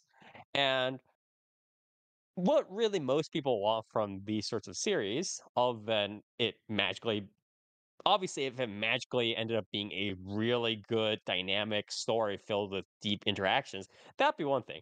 But outside of that sort of miracle happening, what people really want from these series is just them sticking to the shtick properly, and hopefully it's a good shtick, right? Obviously, we had a problem, for instance, during our Pakomi-san review, where we weren't really satisfied with the initial shtick at all, right? But assuming that it's a good shtick, which we might discuss this about Alya-san later, but assuming that it's a good shtick, we need to make sure that the author sticks to doing that shtick, slapping that button properly, so people are like, "Yeah, do it again," and then the series does it again, and then around that, you kind of weave in the small sort of development structure of the main characters, the core characters that are needed to progress the story, properly progressing and eventually doing stuff. And from what you're describing to me, it just doesn't seem like any of that generally is happening, right? Is Yeah, because the button it slapping is like keeps. happening at times, but then there are like side characters, and it's like, what the fuck is going on? And the development of the core characters is also kind of messed up, and it's just Yeah, weird. it's like realistically, like, why am I learning anything in the episode I'm like I was going through? It's like, why am I learning Yeah, anything about the student council president? Like, why? just Who's a slap the button, guy? bro. Just talk Like, in no, Russian it's a right now. guy. Just Like, yeah, yeah, it's like yeah, you just do the Russian thing. Do yeah. that. Just do the Have Utsumukanai Russian Usaka thing, bro. Samurai like do that. Have the misunderstanding happen again, and then we move on. And then we Yeah, have another one exactly. later. Like, that's Yeah, fine. There was really nothing wrong with doing that. yeah. Um, but yeah, and that's why I thought like it's in like a really weird spot for me, because it's like I really liked episode 1, right? It has like Uh-huh. it Uh-huh. also has like these etchy scenes that are very very well done, very well animated. Or not Yeah, even etchy, just like the lewd Oh yeah, I guess it It is is like kind of Dogakobo. Yeah, I think actually, and Dogakobo like managed to Lucky put a more Skebe, like subtle type, tint on it. yeah, like type Yeah. stuff. That is very nice. It's very fun. Yeah. There's like slapstick. The interactions between Kuze and Alya is very cute. Very nice. Mhm. But Darth, Um, why do they look so similar? Why does his sister and Alya look so similar with just changed hairstyles? They look different in the manga. I don't know Yeah, actually. Is that like a it's thing that weird. you're about to enlighten me on? Like, Oh, I it's just actually weird. have no clue. It Yeah, might I don't just be know. it might just be the anime designer Yeah, just doing that, but a little bit, yeah. lazy. Sometimes that happens. I But mean, I will I say in the show they do wind up looking like way different in certain scenes, just because like their hairstyles like get yeah, changed yeah, yeah. based on like when they're in school, when they're out of school, depending on Mhm. the situation they're in. So they do wind up that winds up not being much of a thing, especially with their eyes and their eye color and how that's all rendered in the show.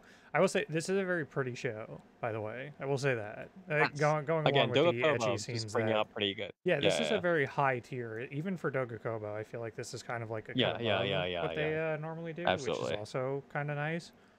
Um, but yeah, so like that did leave it in a little bit of a weird spot for me, where I'm like, I like a lot of these gimmicks. I loved this first episode because I didn't have time yet to Yeah. kind of like don't like linger on these characters, but now that You is want to starting like to the happen series. You want to more, like the series. yeah, I Yeah. really do. And like, but like now that it's starting to dwindle on like more and more characters, I'm kind of like, I don't really care about them though.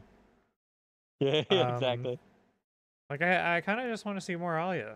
Don't really care about her sister. Don't care to see her sister interact with the MC.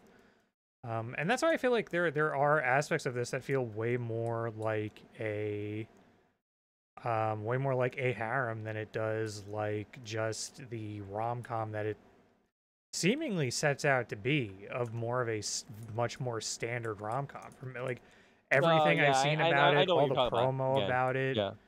it seems more so like, I mean, obviously it's like these girls don't really have like or shouldn't really have much of a chance, but as far as the pacing goes, it's like, okay, but Mhm. then why am I seeing so much of them? Right? Yeah, Like it goes I from don't fucking care something about like them. a Shikimori-san or a Nagatoro-san, where obviously there's sometimes other girls or some slight couple of like a mini arc or whatever that has the other girls trying to maybe mac on the main character. But for the most part, you thought it would be a one-to-one kind of thing, right? Yeah, I thought But it was gonna then be a lot it's more, a lot yeah, but less then of it these ended up other becoming girls. something like a Data Life or like an Infinite Stratos, where there is this, or even Kotoban, right? Where there's one main girl for sure, but it's also a bunch of the other girls, right? Like, and that makes it a lot more harem, like in structure. Yeah, and especially with their interactions with the MC, like Yeah, they're yep, yep. like with that, it's like, like I said, even the moments when Elia is like interacting with them, I'm like, okay, like that's fine, I guess. Um, but the problem is like, yeah, Elia be interacting with them, but the but then the episode will just be like, okay, but like, what if Elia wasn't here for a little bit? And it's like, okay, but why? Like, okay, but she should be here. like, Yeah, like she should be exactly. here because that's kind of like why I'm watching this show. Yeah, yeah. It's in the title. Look at the title. Yeah, it's like I'm here to watch her sometimes hide her feelings in Russian. Go figure. Yeah. Um, so yeah, it just becomes like pretty awkward with that, and it's Mhm. kind of pretty deeply unfortunate. I feel. Yeah. It's I wish that it wasn't the case. I hope that perhaps at some point they like kind of get back to it with the focus being more on Alia like in later episodes. Because I will definitely keep up with this just because of that. Just because of how much like I want to enjoy this. Like I want to see these parts that I think have like really big promise to them. Mhm. And I really hope that that is something that winds up kind of shining through as we get further and further And yeah, I think like it's split too much, right? Because then there is also the sort Mhm. of going into the MC's backstory, going into why he even knows Russian, and that kind of being a Yeah. little bit of a red And flag then, with me like, the because it's election about arc another and stuff like girl. that. Yeah, it's like Yeah, and then the now weird stuff, yeah. now he was always like, I'm not going to be in the student council, and then it seemed like his backstory, from what I can understand, was like, Yeah. well, his backstory was like kind of good. Like, I'm not going to spoil that. I think the way they introduce why he Yeah, does yeah. not want to run for student council, why he like Mhm. feels not so much that like he's lesser, he doesn't want to put himself in that position for a very specific reason. Um it's a very minor reason.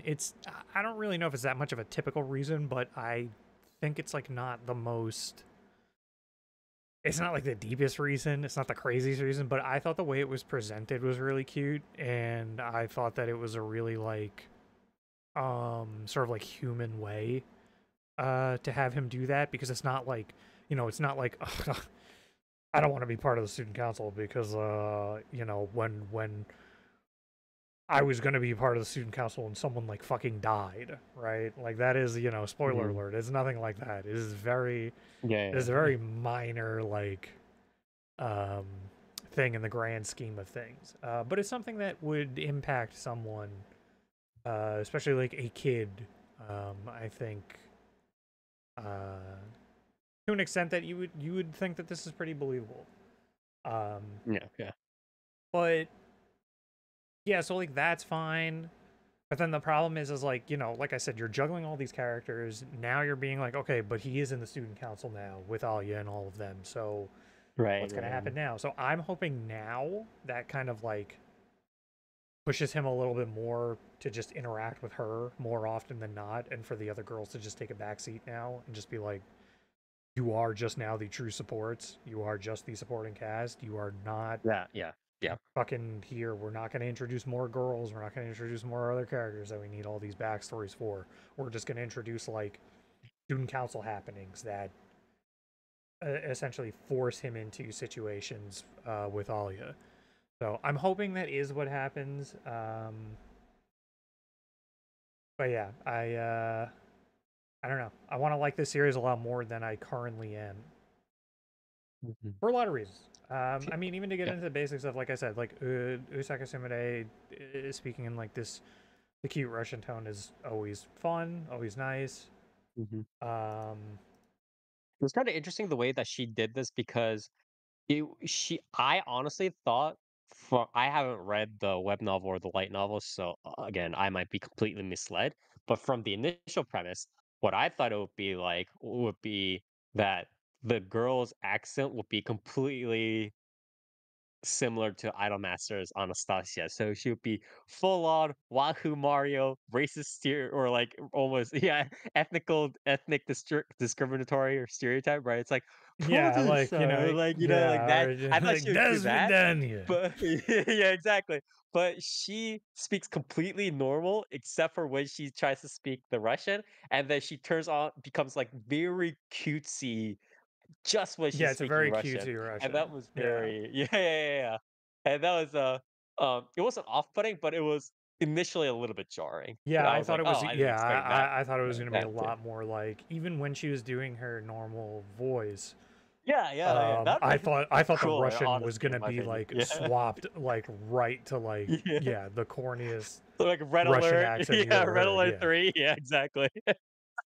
What's Oh my the god. what's the term for that?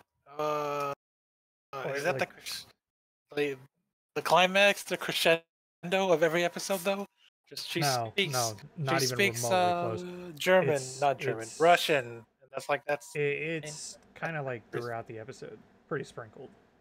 They kind of Yeah, like they it's kind of just like do the pace slap it and out punch where, thing. Yeah, yeah, yeah, it'll lead to like slapstick stuff. It'll lead to, the yeah. usual of the MC being like, fuck, how am I gonna like mask the fact that I know what she's saying, but I have to play dumb. Um, Mhm. and there's some of him having close calls with like responding to her naturally when he should not be, and stuff like that. But yeah, I think the dynamic between them is really good. Have they not got the memo? Russia bad Hello. Yeah, That's true. yeah. That's When was why this made? she's- Be That's why she's banned. in Japan. Okay. When was this made? What year? Oh, that's a good What year question, was the actually. original? Roshidere. It was probably only a few years ago, in my opinion, Fuck, right? why does clicking source on It's 2020. so bad? 2020, yeah. Okay, So it was when like did COVID kind when of did era. Russia invade? Well, actually, I Russia think like a year invaded later, way right? after that. Yeah. Oh, really? Okay, so Yeah. 2022. Okay, they get a pass. Yeah, it's They 22. predicted the future, I guess. Yeah, Yeah. they also didn't know better. Russia's invading Japan in this. Japan loves Russia, by Uh-huh. the way. So Oh yeah, to be they fair, do have a little bit of a Russian German kind do of the thing. Rush, but Yeah, do the what is it? Russians love the What Japanese? is it? You gotta look What into is that. it? What is Somebody that looked shit into that? called? What is that shit called? The people who are like rioting like like that as if like like Russia, India, China, and fucking whatever wherever else is like the new Oh, world new like order. block. Yeah, Yeah, exactly. what is that? What is Isn't that? The abbreviation? I forget. There's I some fucking forget. abbreviation. But and yeah, I forget. know what you're talking Because about. it the is like the R. cornerstone Is of it the RIGC? Putin-Abe relationship? Is it just straight up Was it? RIGC that people say? I don't know what the G is though. I So forget. Yeah. My AI overview is saying that Japan and Russia, that Shinzo Abe and Putin love each other. So, okay. Well, not anymore. Generative AI is experimental. Oh no, that's what it Okay. is. My bad. My bad. It's BRICS. It's BRICS. That's what I'm thinking. BRICS. Fucking Okay. BRICS. Yeah, I Yeah, know what you're Brazil, talking about now. Yeah, Russia, China, BRICS is like completely like that sort India, of and South quote Africa. It's unquote like quote no. unquote block to face the US, which is not Yeah. really All a right. thing. Good But luck. yeah. Wiki's Anyways, telling me something can else. What is this? But yeah. can I So talk? All right, I want to can you talk a little bit about the OPED? And I know you already went over the visuals, so but can you talk a little bit about, I guess, BGM kind of stuff? yeah, I'll Anything? get the EG. I'll get the ED out of the way. The ED is pretty Mhm. standard. It's a just like a kind of a. There are a series of EDs. I should say that each episode has its own. Yes, yes, But yes. We actually need to talk which about is this. cool. Yeah, Which the is ED stuff. cool. Yeah, The yeah, songs are nice. yeah. However, I wish, at least as far as the ones that I've seen, they did more with the visuals. I feel like the visuals haven't really been Yeah. the I think they standout part of spent. it. I think they blew all their money on trying to license out all their songs because they're not small songs. They're literally songs like Haruika, like the it's like the Haru Suzumiya, like ED ending. The Yeah, these are Kaite all Gomen. like Yeah, these are yeah. all Usaka Sumire Like songs, like full no, performance. well, they're not Usaka Sumire song. Well, the cover by Usaka Sumire in Yeah, Roshidere, but the original songs are all very famous, essentially. yeah. Yeah, So it's like you're, you know, I guess can't ask for everything. I there's a will lot say of the licensing going flip on. Yeah. side, like, and while that is cool, the flip side of that too is it's like, I guess you can't ask for everything because I would say I think the OP is really good. I think the OP has some really Hmm. cool stuff in it. I think it has some really cool cuts, and some style shifts and stuff like that, in the OP. So I think that that's really fun and kind of makes up Hmm. for the EDs like visually not being the most striking things ever. Hmm. Maybe some of the Yeah, later yeah, ones yeah. are. I don't really know personally because, like I said, I've only seen 5 so far, and they've all been like kind of standard, just kind of like juggling different characters. Um, Hmm. yeah, and then as far as the general music goes, I think they do a pretty good job. I think this is kind of like a lot of the music for me, like it's not the most like I can't it's not the most memorable, if that makes sense, but it is a very good scene setter. It is a very good scene complementer. Hmm. With what happens, especially when it starts getting into slapstick, when it starts getting into more extremely comedic moments, whimsical stuff like that. I think the music cut-ins that they use for that have been quite nice. And like I said, visually, this show is, a cut above what Above Doga Kobo average even for Doga Kobo usually puts out. standards. Yeah, exactly. Yeah, which Yeah. is good because I think Doga Kobo Yeah. normally Doga Kobo standard is very good. Yeah, And this being a cut consistently above it very is good, yes. really really really nice. They have And like I said, especially with the fan servicey / ecchi scenes, they kind of go pretty all out with Alya and the MC. So that's been pretty good. Also, the MC being voiced by Kohei Amasaki is pretty nice. You know, he doesn't have like a ton of main roles under his belt. Obviously, he has a lot of roles. Yeah. And he has like It's kind of a how lot these of. kind of ends up. I was just gonna say Yeah, the main roles that he has are popular enough, especially for like the sort of what would you call like Fujoy things that he's a part of. Yeah, for the most part. that's the usual pipeline most male voice actors take. So Yeah. But he does he does very good, and I like to hear him in main roles because he doesn't get a super whole lot of them. But I think he does have a pretty distinct voice / delivery in a lot of ways. While not being like too far out there. So kind of nice to hear him and not someone we're more used to hearing, I guess. Right. Okay. I guess any last words then, and what would you rate the series? I guess I would say like so just for me personally too, I am a big hater of rom-com harems to begin with. Especially like pure rom-com harems where it's literally like school life shit, and then they're like, "Hey, here's a harem." Like, yeah, I don't really care. Right. You kind of got to put it in like something like Index or something like something bigger than just that. If it's just like a very standard, like, oh, freaking harem, you're just like, send it to the food here's a factory harem. right now. Here's a harem, and it's school life. Like for me personally, I'm always like, nope, don't give a shit. Put it down. I need something more. I need like, it's a fucking harem, but they're vampires, or it's a harem, but they're like just anything else. Like I need something. Monster Girls some or other something. Kind of Exactly. like I need a little bit more than that. So for me, like that's what's kind of like bouncing me off of a lot of this, right? So if you're someone who likes that, if you're someone who likes series like that, I mean, I think you'll fucking love this, because I think this does that fine. And I think it does what it's doing with the two mains also very well. So, if like those episodes where it's focusing on the other girls a little bit more, or the other characters a little bit more, if that isn't like kind of abrasive to you, you're really gonna like this. But yeah, I just wanted to say, like, for me personally, that is like the sort of inherent bias I have coming into something like this to begin with. Right. Okay. What's the rating here? What's the Mal rating? Gotta I give us think a like number for that for dopamine. me, okay, so I think the mall rating, and like I said, like without taking into account what I just said, I think the rating that mall currently has at a 7.95 is pretty warranted and like pretty fair. Like a 7, like a strong 8 for people who like really dig that. If not like maybe a 9. For me, however, my personal feeling on this is like a strong 6 right now. Yeah, like a strong 6. Because like I said, audiovisual is really, really good. A lot of what's there is good and has a lot of potential.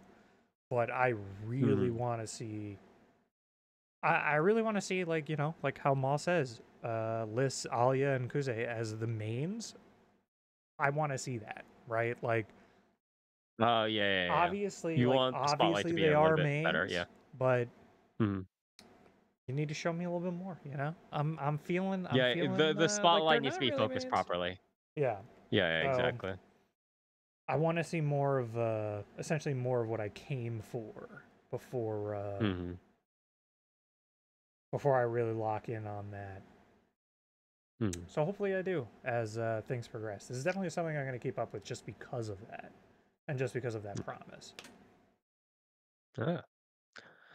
All right.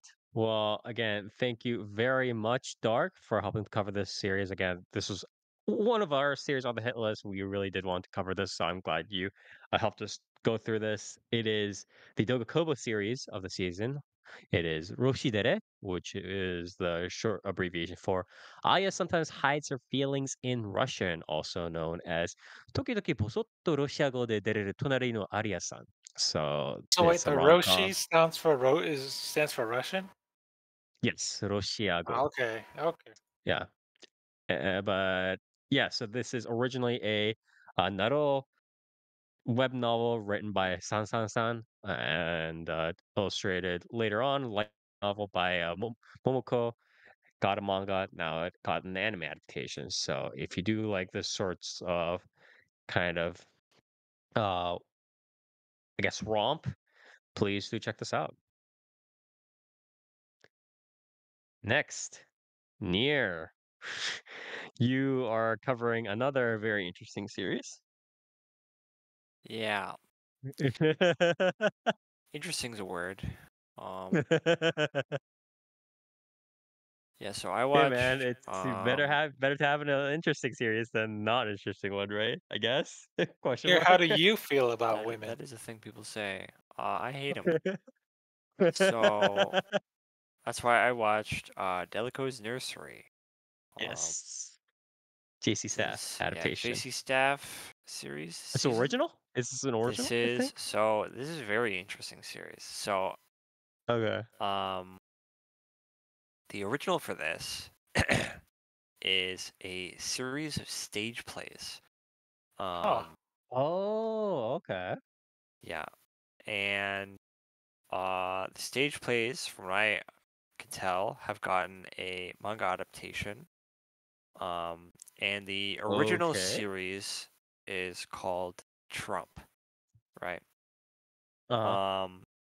And this series, Delico's Nursery, from what I have gathered, is Oh, a it's like a part of spin-off that. Okay. Oh, slash it's spin-off. Okay. prequel Uh-huh. to Trump. Okay. Um, Okay. and it's called Delico's Nursery.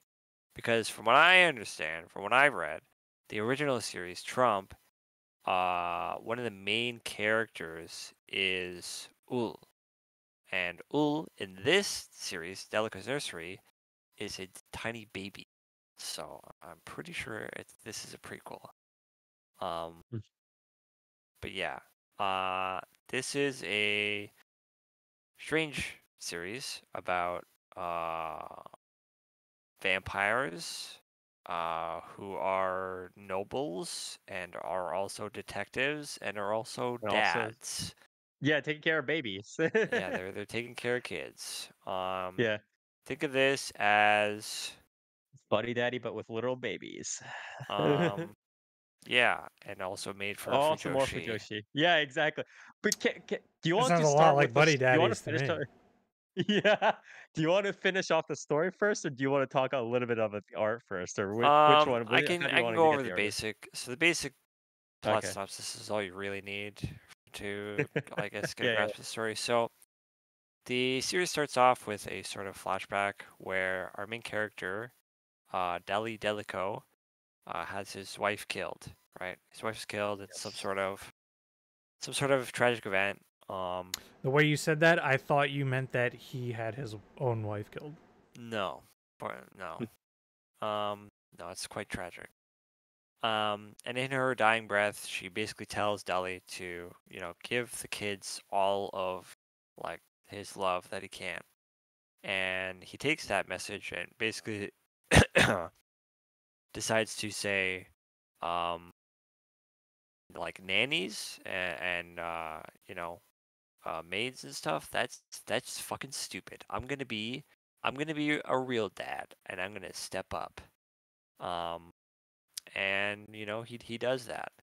And then they flash forward about, I think it's like a year or something.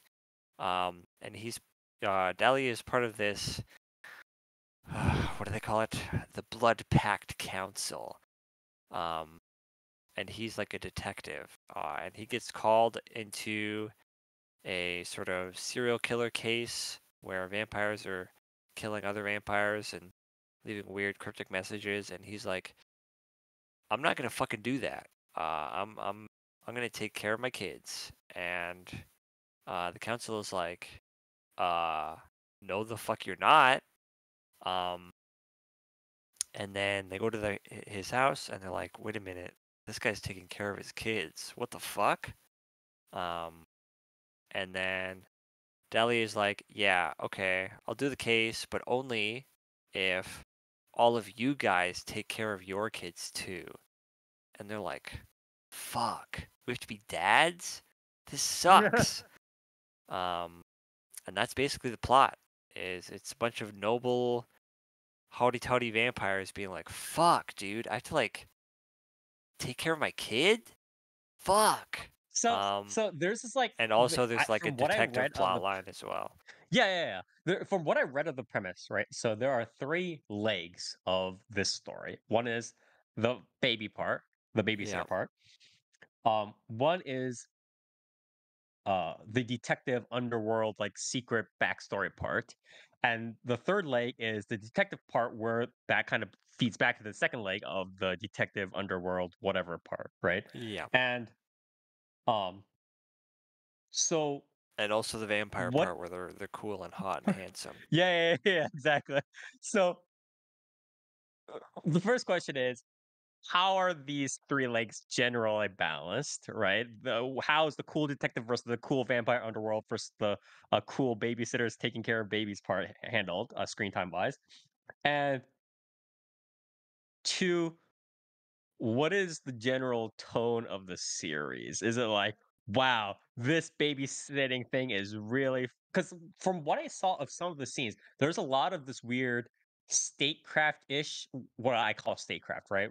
Yeah. What I mean would be like, you already know what I'm talking about, but it's similar to Game of Thrones kind of shit, right? Right, where they're talking about important stuff, but the way that it's being resolved and discussed is just like, we need to get rid of him, or he needs to marry into whatever family, or he needs to do something like take care of this baby, or if that's his cousin, that sort of medieval level statecraft kind of vibes, right? Soap opera sort of stuff.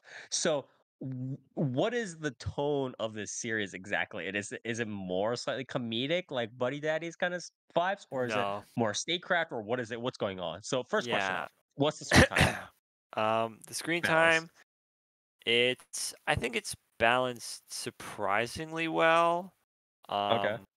Because so the way it's sort of set up is they have the sort of like their, I guess, uh, like operations room is basically set up in like the daycare, right? So they're basically Okay. doing the detective work while the kids are running around and playing around them.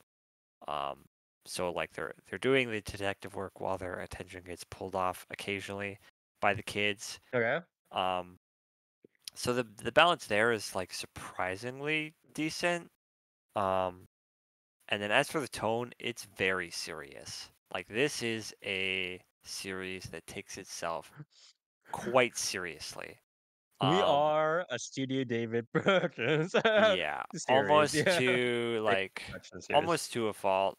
There are Mhm. obviously a few moments here and there where it's like, you know, it's sort of self-aware and it's acknowledging that like these guys are fucking vampires and they're nobles and Mhm. they've never even thought about like being a dad for a second, right? So Mhm. there are some moments where it's like I don't even know what the fuck I'm doing, right? Mm. But for the most part it's pretty serious. It's very much like there's a bit of tension between some of the guys in the group. Some of them have their own reservations about like the idea of a noble, stooping so low as to be like a caregiver, right? Doing stuff like cooking and Mhm. you know, bringing your kid to the bathroom. These are things that are below nobles, clearly, right? Mhm. So And then they slowly get used to it and they become kinder or whatever. That's gonna be yeah, the yeah, general thing. Yeah. it's the general idea, and obviously the kids themselves have their own sort of little screen time. One of the kids, God, the names in this series are absurd. I'm trying to remember his name. Oh yeah, Raphael.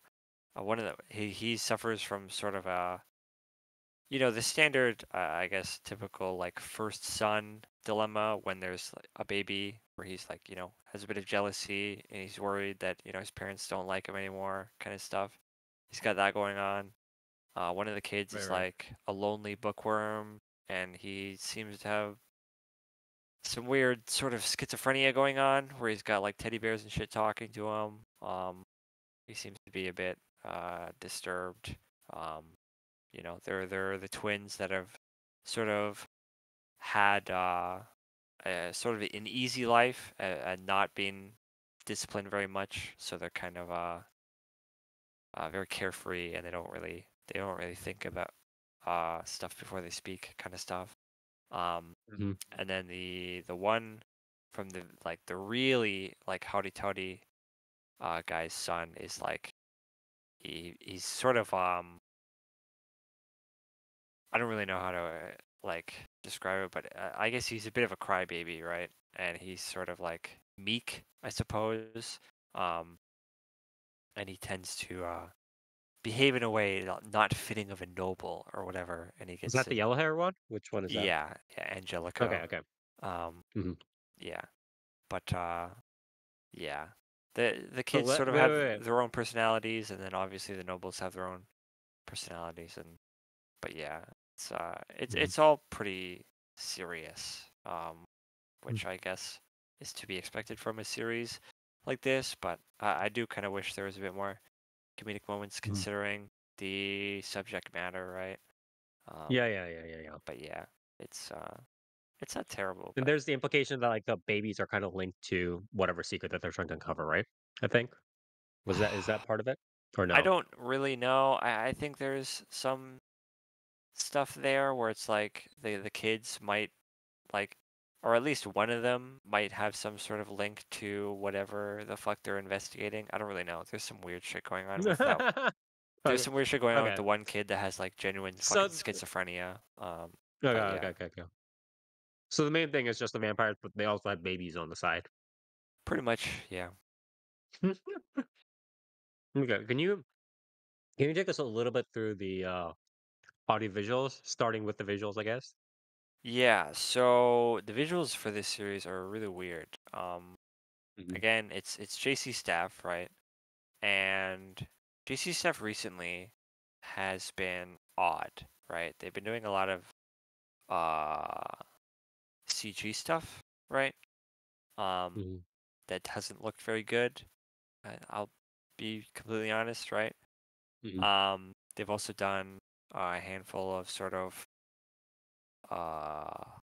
slop, let's say, that also doesn't really look very good. And this is sort of, I guess, I don't know. So the 2D animation here has very interesting style, right? The colors are interesting. The shading is a bit more flat. It's almost like what was that one? Tower of God? You know what I'm talking about? Yeah. It's How pretty much just the line art and the colors, and there's no like um dark. What would you call this? It's like there's no like gradients and stuff like. There's not a lot yeah, of gradient stuff. Yeah. the Yeah, shading is like flat. flat shading Um is. Mhm. and I feel like it looks pretty good in motion here for the 2D Mhm. anime. Uh and the art style is nice. It's got sort of a like a like a fairy tale, like Grimm's Fables kind of thing, where it's got this Mhm. sort of storybook quality to it.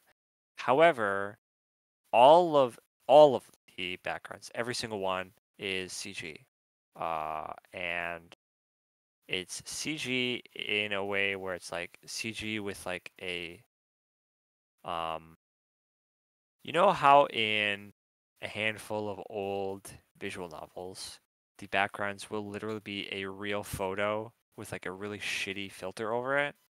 Yeah. Oh, It's like the paint, basically, yeah, like it's shitty basically, oil The painted filter. setting.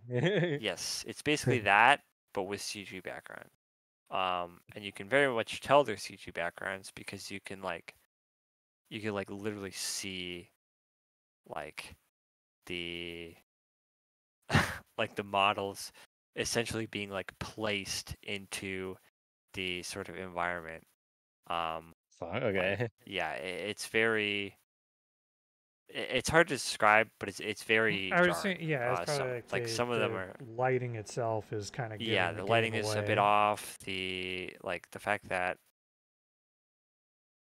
just the sort of perspective, right? It's a lot more obvious when obviously, they're like moving through a hallway or something. But yeah, it's pretty much like every single background is basically just a CG environment that's slapped with a filter over it. And sometimes it works, sometimes it looks really fucking So bad. it's Madhouse? What is JC right? I forget. You just Yeah, said it's JC. Yeah. JC. I don't know what Um, the fuck they're doing. Yeah. yeah, I don't know. It's a bit odd. I guess it's cheaper. I guess. But yes, some of it doesn't work. Sometimes it looks okay. It's definitely an interesting choice. But yeah, it's the audio visuals are a bit odd. As for the OPED, the OP is like really mediocre. The song is okay. It's Unfair by Mika Nakashima. It's like a pretty standard, like dark pop kind of thing, like a moody pop piece. The visuals themselves are kind of just like random shots of the vampires, dudes brooding and taking care of their kids. It's kind of like whatever. The ED is kind of straight ass.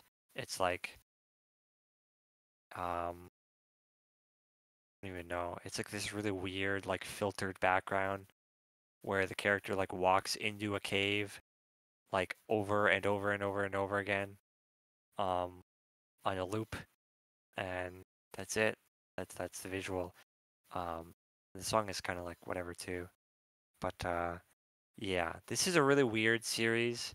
Again, the source material is very odd. The general setting is very odd because it's like a society of vampires, but literally not a single one of them acts like a vampire. They don't say anything about Yeah, I think it's just like like a badge that they have just to make them seem more sexy too for Yeah, I was the gonna say yeah, they do like act like vampires. They're very sexy. yeah. So the only real reason, and this is kind of where this series gets a bit funny. So the only reason that they're vampires is that the general, I guess, crux of the plot is that the serial killers or whatever are trying to, or at least the initial sort of motivation for these serial killers seem to be that they're killing these vampires, like random vampires around the city, in order to find what the characters themselves call Trump. And what is this? Yeah. so you might ask, This was written by who Q. or what is Trump? And the answer may be surprising. It is not the President of the United States. It is, however, a abbreviation for True Vamp. I don't know why they abbreviated it to Trump. Trump? Is it Trump? Like that? Yes, yeah. They say Trump, but it's like I don't know why they didn't just say True Vamp. Yes. I don't know why Or it's they say, or just fucking go with Shinso like every other stupid ass like vampire thing, right? It's like yeah. I They don't can't know. say tramp. They say Trump. They say Trump. I don't know why. I don't know why it's but How do it you makes for feel some about Trump? it makes for Yeah. some really funny line deliveries and some really funny subtitles. But yeah, so Trump or True Vamp is apparently like the original vampire. Like true ancestors? this sort of. author wanted to avoid the use of the word Shinso or true ancestors so badly that Yeah. he just went the other way. Is like Trump, of course. Yeah, it's very odd. He could have just said Dracula if he really wanted to, but Or Dracul. yeah. So the Trump is the original vampire, and if anything were to happen to the original vampire, apparently all vampires around the world are telepathically linked to this Trump. And if something were to happen to them, basically all of society would crumble. They don't say how or why, Not but even it just like would. vampire Isn't that society, just society isn't in that general. isn't that werewolf Well, rules? so as far Or- as they've said, vampire society is society. Like Oh, they're just they're not like hidden or anything. Like they're walking around in daylight and shit. Which is why, again, I don't really know why they're vampires. They're kind of just like people, but they they don't even bite each other sparkle in sunlight. sometimes. No, they Flame. don't sparkle in sunlight. They sparkle normally, I guess, Oh, because they're hot and sexy and cool. But yeah, This comes with the so territory. yeah, apparently, if something were to happen to this Trump vampire, like all vampires around the world would like, I guess, shut down. I don't know. They don't really describe it, but they also say that like Trump might not even be real? Question mark. And also, it's like What being the hidden, like its okay. existence. So it might not be real, but also its existence needs to be kept secret from the public. And also, its existence can literally make or break the current cast or vampires. Yeah. I don't really get Yeah. it. The world building's presented a little bit sloppily. I think that's probably because this is adapted from like several stage plays. I don't know, but it's a bit odd. But yeah, it's a bit of a funny aspect of this series. Yeah, I think this is a weird show. Because obviously, very obviously, I am not the target audience, right? This is Yes. a series that has been grown in a lab for a very specific type of woman. Throw it in a lab. I Um, like that expression. and believe it or not, I am not that type of woman. Dear, I think you mentioned Dear before the podcast that you grew ovaries just by watching Yeah, this series, yeah, and I also agree with you. I watched a little bit of it this series, and I was like, "Damn, this is not for me right now." yeah, like watching this show, it's very much like it's very, very obvious that like this is for girls, right? And I have a funny feeling the girls probably eat this up. Yes. They probably enjoy this quite a bit. I So it's personally, calling back to something like the Kurosutsuji or Barajo no yeah, whatever, but it's definitely. like this time also. What's kind of interesting though, the structure is that. Well, I guess it's not that interesting because it's. I was about to say the structure doesn't have an insert character, but there are also plenty of other series like this that don't have an insert character, right? So I guess. Yeah, yeah. Yeah. I will say I did watch Black Butler, back when it was airing, right? I also watched a bit of Yeah. it. Yes. And Yeah. I feel like that was a bit more accessible Grounded. to Yeah. the general audience, right? I feel Yeah. like this series, like with the overall combination of everything, Uh-huh. right? Where it's like Mhm. they're vampires, right? They're nobles. Uh, they're all like dark and brooding, and also there's like this mysterious killing thing going on, and also they're all taking care of children. I feel like all of this combined is like made to make ovaries explode, right? Um, and unfortunately, I don't have any of those. So I think I'm missing out a little bit on the magic of this show. But I can definitely see what somebody would like about this, right? And I think Yeah. like I said, the balance between the like sort of pillars of this show, I think are solid. Um, the general idea isn't like terrible, right? Um, like I get the idea, right? And I think the overall package within this show so far is pretty good, right? Like there's nothing that like I wasn't watching this and like groaning or being like, oh, I don't fucking get this shit, right? It's not like they were kissing each other all the time or whatever. Yeah, Yeah, it's like right. yeah. The banter between them is good. The tension between them, some of the characters is, believable. It's delivered well. Mhm. The mystery is, while not like super compelling, right? Like it pulls the plot along, right? Um, and the parenting stuff is, it's not like comedic or anything, but I feel like it would definitely, uh, it would probably be more appealing to somebody with like maybe, I don't know, maybe a bit of experience with that themselves in their own life, or whatever. Personally, like I don't, I'm not really one that's like moved personally by, um, like how like say in The Last of Us or God of War, like a lot of recent Mhm. stories have been like, yeah, a dad and their kid, right? Mhm. Personally, I don't really, I've never really jived with those, obviously because I don't have a kid, right? Yeah. Um, so I feel like I'm missing out a little bit on that, but uh, if somebody has that experience, I imagine they'd probably jive with this a bit more. Um, but yeah, I feel like all of the ingredients here are there. It's just that this was a dish that was not made for me. You know what I mean? Yeah, yeah, yeah, yeah, Um, yeah, yeah, yeah, yeah. and so, it's kind of hard for me to really like say I'd recommend this or not. Um, Mhm. because, I know a few people who are like pretty hardcore for Joshi. Mhm. And I imagine they'd probably watch this, right?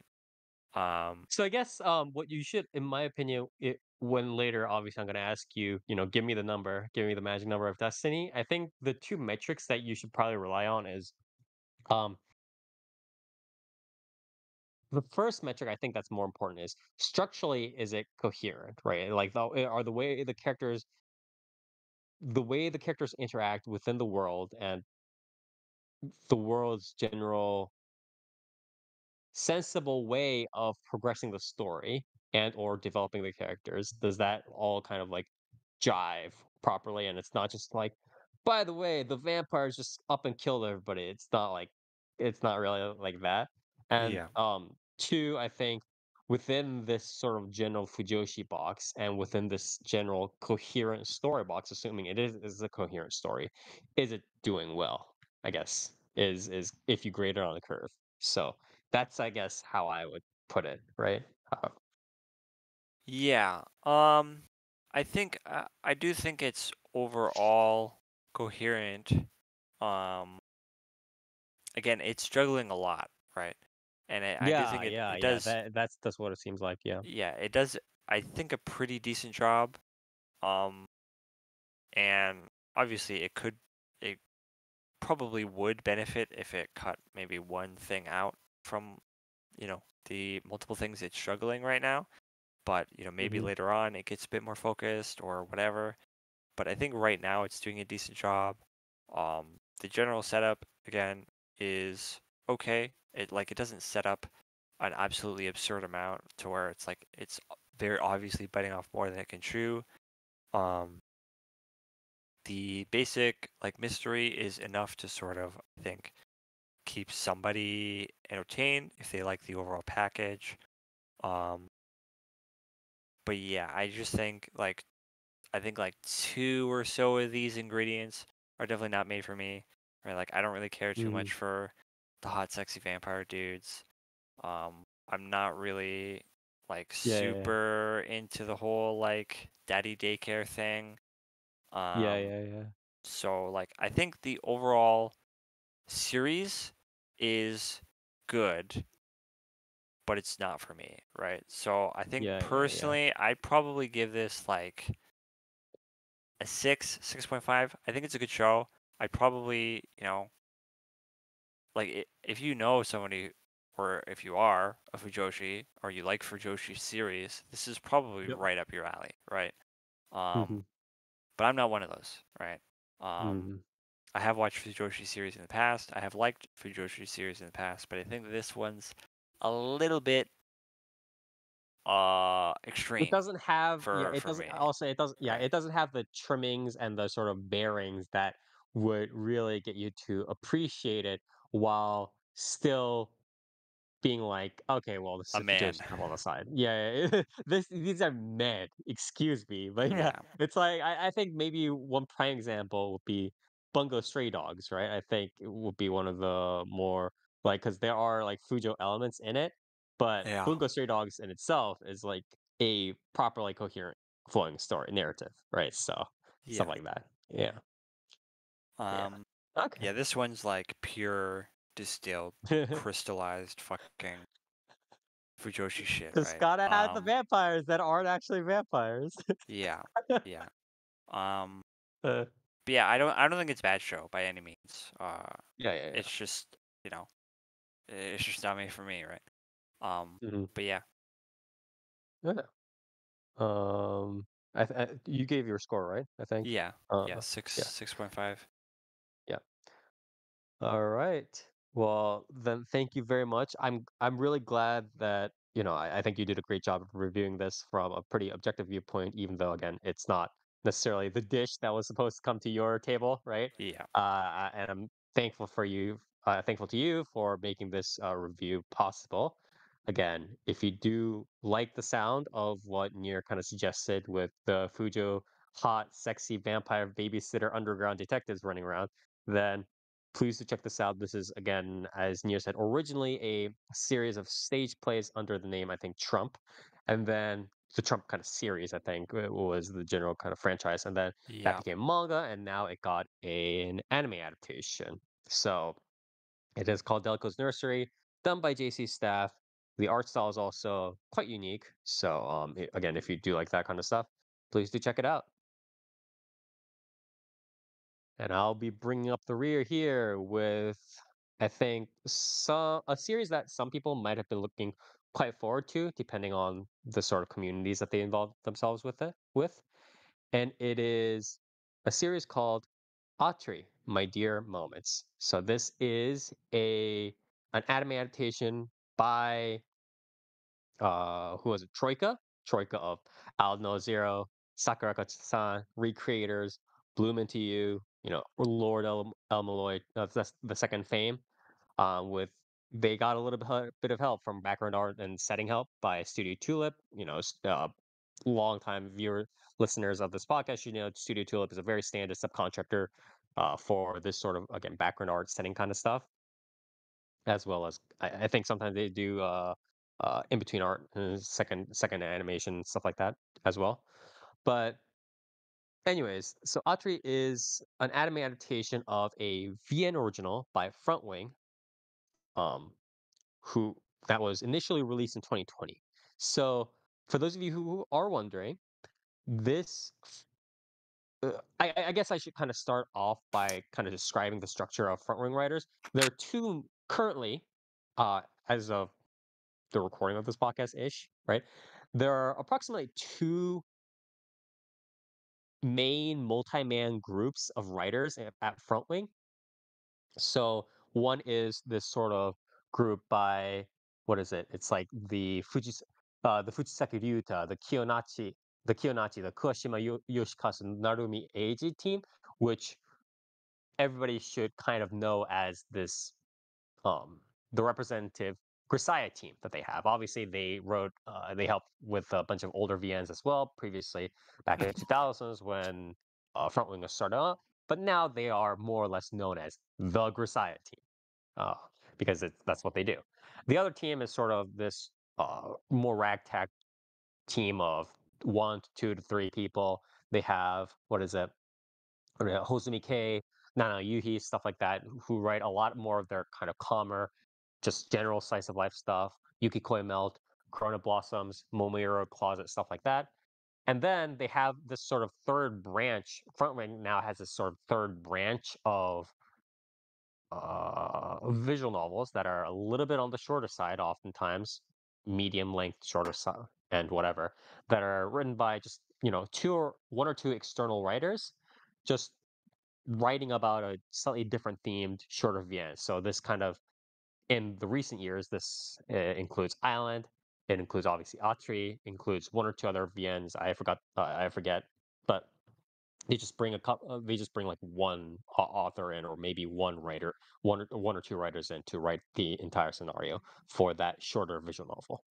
So this one is of that third variety by Frontwing. They just brought in one person called named Kono Asta. So this is his first collaboration with Frontwing, although it is not his first work. Period.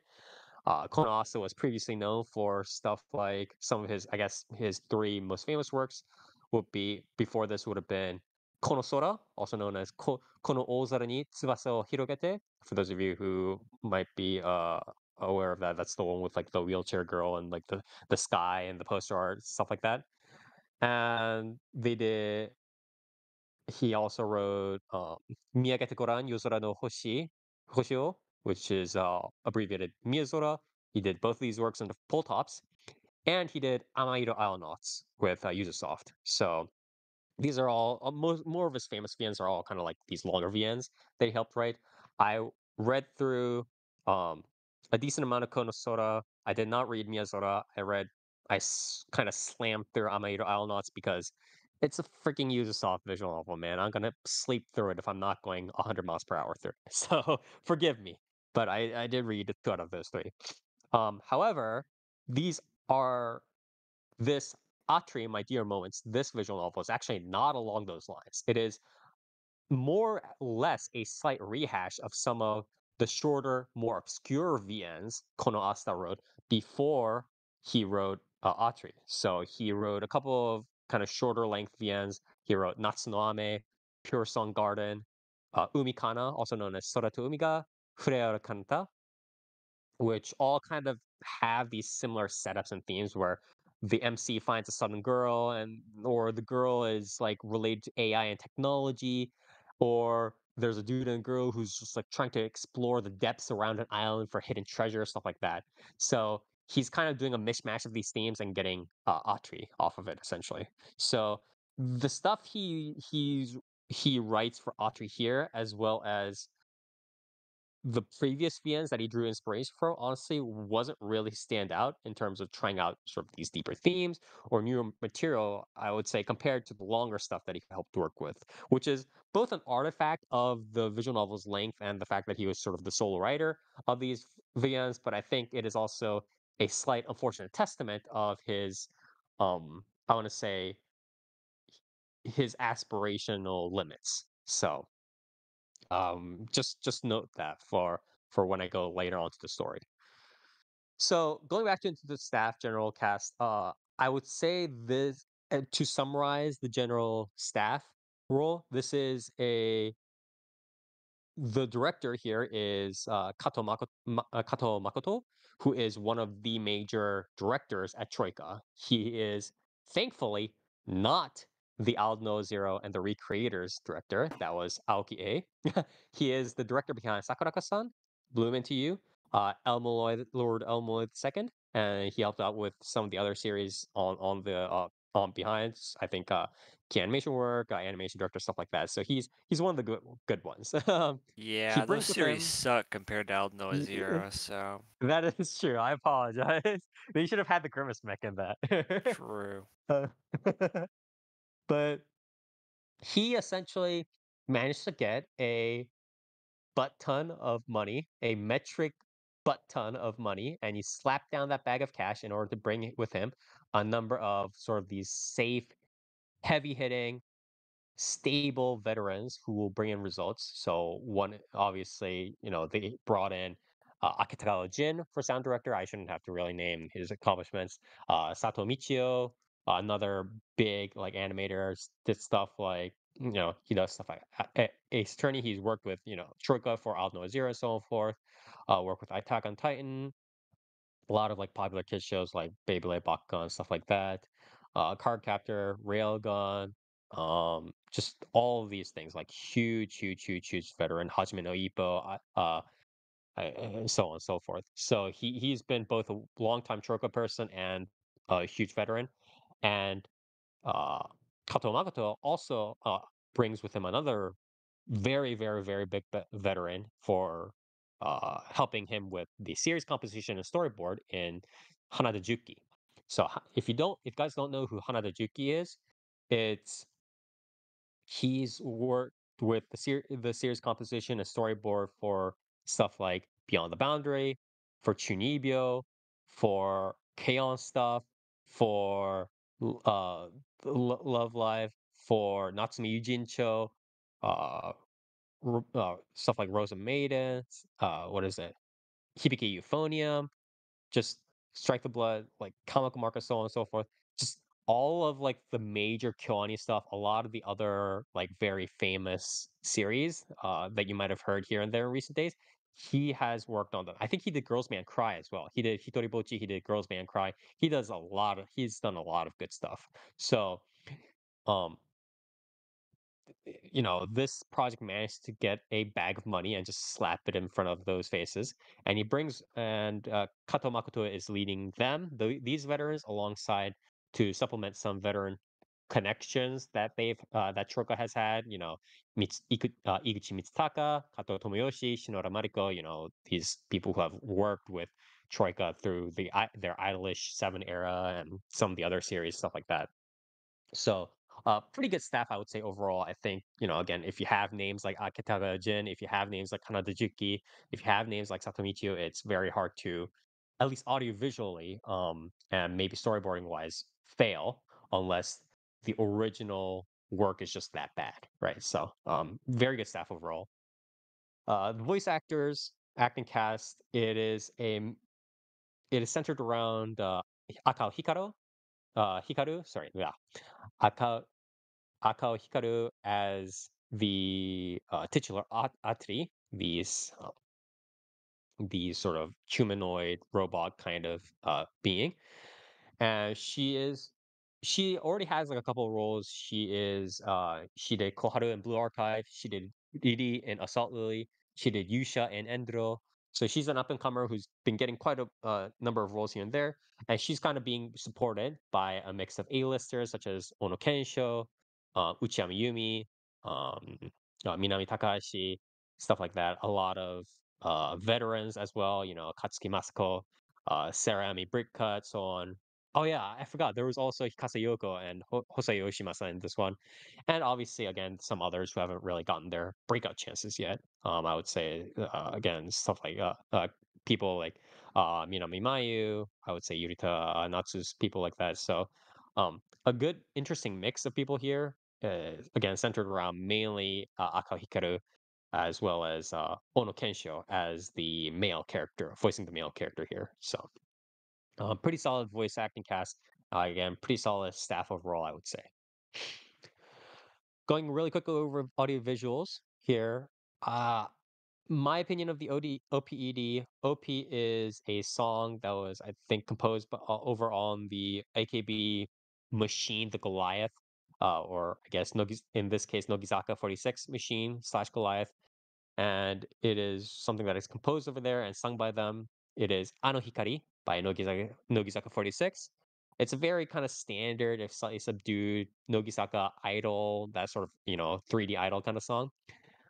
uh Once you've heard one of these, you've kind of heard them all, in my opinion, unless it's something that's very just out of the park, like Nemo Hamo Rumor by AKB48 that they put out a couple of years ago, right? Or put out one or two. Yeah, they put out 2021 a couple of years ago.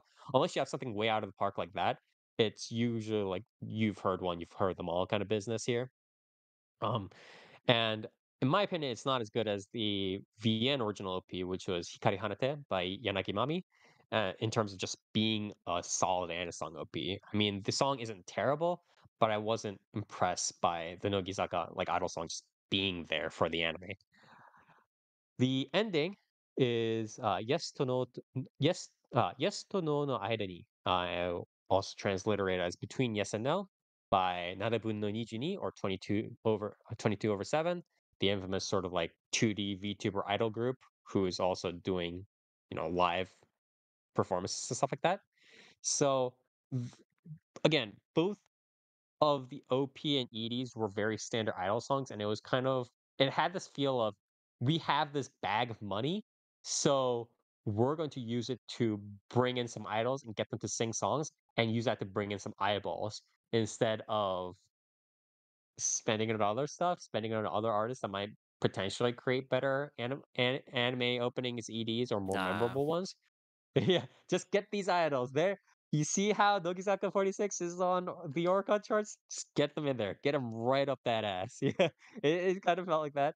The visuals kind of also was very standard OPED visuals and storyboarding. I don't, you know, the ED had like the chibi-fied characters kind of uh, walking along the background in like a paper mache, like Paper Mario kind of effect. It's something that you've seen 1,000 times in different anime EDs. OP, the different characters kind of being, sitting down, kind of still, not still, but like more quiet kind of poses, kind of going through the different characters, and it wasn't anything that really impressed me. So I know that there was a decent amount of money that did go into the OPED, but just still wasn't that impressed by it. Although it wasn't by any means, again, terrible. Overall, again, BGM, there was nothing really to write home about. Visuals, I think they were consistently clean and above average animations and like still frames from Troika. It wasn't as uh wow, like cleanly just two steps up like what I saw from Makiin uh when I was reviewing that last week. So it wasn't as good, it wasn't as like just step up as Makiin, but it was still pretty good from Troika, I think, this effort, and there's nothing to really gripe about here. Uh, the only time where the models might be slightly suspect at times is just if they had like character models way out in the background, or like characters way in the back of scene, like they have like a cut of a classroom and there are just some kids way in the back, and like some of those models might be a little bit suspect. But other than that, there's just there's not really much to complain about. But there's also nothing super that's like pushing the limits of animations, or that's so super standout, or the Sakugs, the Sakuga, yeah. or anything like that. There's nothing like that there, which is, again, it's fine, but it's nothing that I'll be like, okay, this is 8 out of 10, this is 10 out of 10, stuff like that. Which is sort of what um I want to see. So a little bit unfortunate in a sense, but perfectly fine. So decent, good work by Troka, again, as expected of this sort of staff, but um, a little bit maybe unfortunate in terms of not really reaching for the top, but it is what it is. What was I gonna say? BGM, anime, visuals. I feel like I was gonna say, oh yeah, yeah, yeah. I would also like to note that although uh, this is a front wing visual novel, I would suggest that you not get too excited about this, because you guys should know that, I mean, part of why, how do I just say this in a polite way? Part of why Grisaya popped, right, is that they had character designs from, obviously, Fumio, I think one of their in-house people, who is very good at drawing, different characters. Or actually, yeah, it's he- uh the Fumio did like a bunch of other stuff before Grisaya too. I think he worked on Yeah. Tomoya After and some other couple of works beforehand. But I mean, obviously the star of the show for Grisaya in terms of character design was I'll Ak- never forgive Tomoya after. yeah. um I'll it never forgive is Claude Walter either.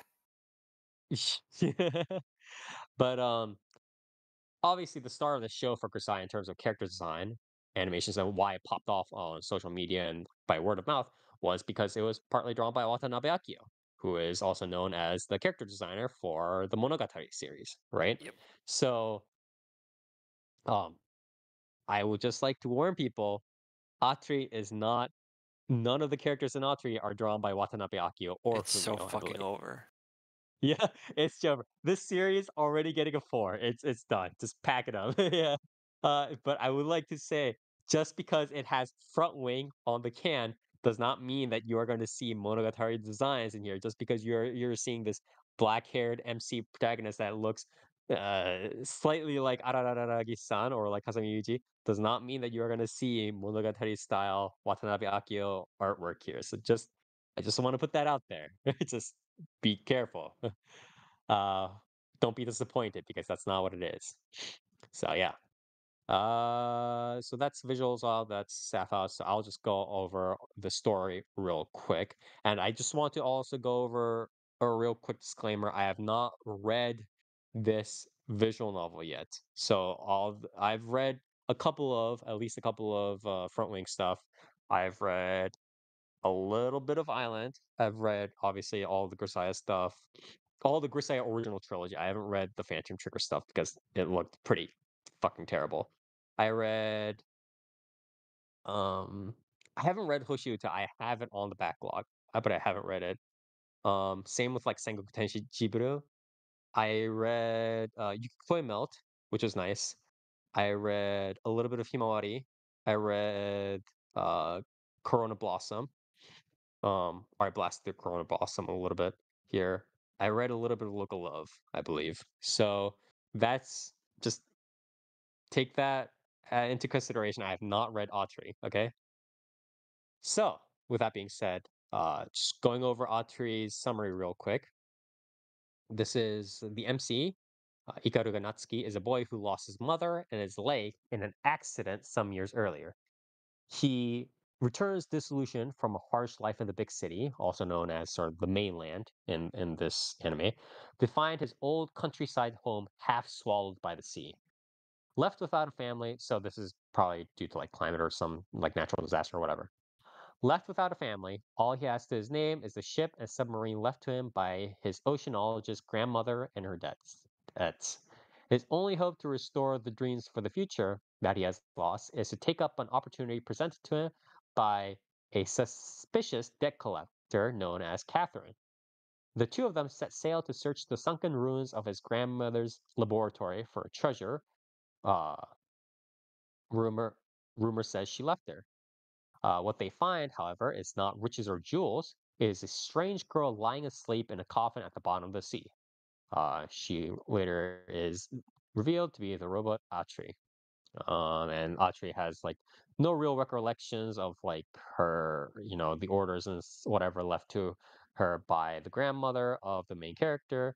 And they kind of, come together and have not episodes, but a sole kind of progressing plot arc where they're trying to go through. Well, they spend daily life essentially finding uh, where they experience various things with the people of the countryside or the people who are living near the swallowed up countryside, and trying to find out here and there the mystery behind Atri, and obviously there's more exposition behind the background for Ikaruga Natsuki, the main character. So that's the sort of premise, and a lot of the screen time is split between. Obviously, there's this constant undercurrent of, hey, Atri is this random robot that we freaking found at grandma's house. What's she all about? Obviously, there's that undercurrent there that comes up, and that comes up much later. Suddenly, it kind of changes tack a lot, and that becomes a little bit more focused in episode 6 onward. But a lot of the other sort of on surface, the major kind of currents in the story are one kind of going through the general. There's a lot of background going through the island. Oh, this is peaceful, slice of life, um, like day to day, like what are you doing kind of stuff. So if you guys haven't played these sorts of visual novels before, obviously not every visual novel is just oh, you got to pick the girl, and not every visual novel is also just, oh, there's some action Jason Bourne thing where it's not like Demon Bean, okay? You're not just like going through like whacking at mechas and mid bosses and stuff. So there are a lot of visual novels out there that kind of just do daily life stuff, right? And then eventually, like occasionally, you'll get a chance to mac on a girl or make a story that leads into a girl's route. So examples are something like Maitetsu or even something like Island or so on. And a lot of these sorts of series are these sorts of visual novels are much more, how to say, slow paced, peaceful, quote unquote, idyllic themed. And then they bring on sort of the, I want to say, the Nakige, the sort of dramatic, cathartic elements in later down the line. So a major current of this anime series is that sort of the day-to-day lives of the people in the countryside and how they interact with both Natsuki as well as Atri and how they form the relationships there with the other people and how they help out the people in the countryside or get used to them and talk back and forth.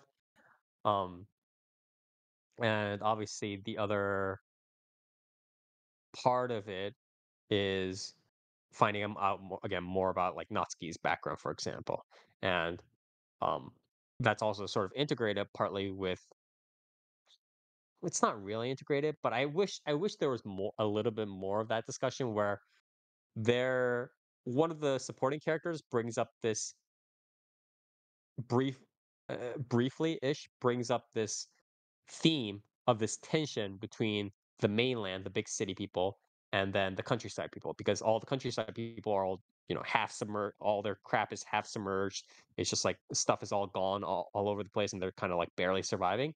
And all the people in the big city are kind of all sucking up resources, stealing resources from the countryside, sucking up resources, ignoring the countryside people as hicks. And so there's this like brief discussion of that in the anime series. It probably again does happen to at least once in the visual novel, but I wish there was a little bit more of that discussion because that was an interesting theme that was brought up, and I think the visual novel would have benefited a little bit more from that sort of discussion. But that was like discussed a little bit, and then it was kind of hidden away later, which was very very unfortunate. So most of it's kind of a mix between the daily lives of how Natsuki and Atri relates to the countryside people, and then the other sort of set of undercurrents is finding out more about Natsuki's backstory as well as how that connects with Atri and so on. So and obviously the slight eventual growing thoughts of romance and whatnot. So my opinion overall on this setup, on this story, is that again, I have not read this visual novel yet, so don't hit me over the head with, "Oh, fucking you stupid idiot! It's in the next chapter of the VN that'll be covered in episode whatever." I don't know. I apologize. But I'm from what I read of the descriptions on the here and on the VND page and kind of what I'm getting, this seems to be kind of like a shorter kinetic novel type series with fewer choices. Again, similar to what Kono Asta wrote in his previous visual novels. Um, and also similar to the trend that Front Wing kind of kept following ever since 2017, 2018, when they kind of started out with these Grisaya Phantom Trigger kind of discs that I never really liked. And it kind of feels like the anime adaptation is going to just try to barrel through the true end in 13 episodes, but it's quite slow paced. And I don't know. So what I mean by slow pace is that there's like brief kind of foreshadowing and allusions to Natsuki's backstory and a little bit of allusions here and there to what kind of might be sort of Atre, but no real depth, deep dives into Atre's backstory or Natsuki's backstory. Um, well, a little bit of a slight dive into Natsuki's backstory, but essentially nothing into Atre's backstory, right? So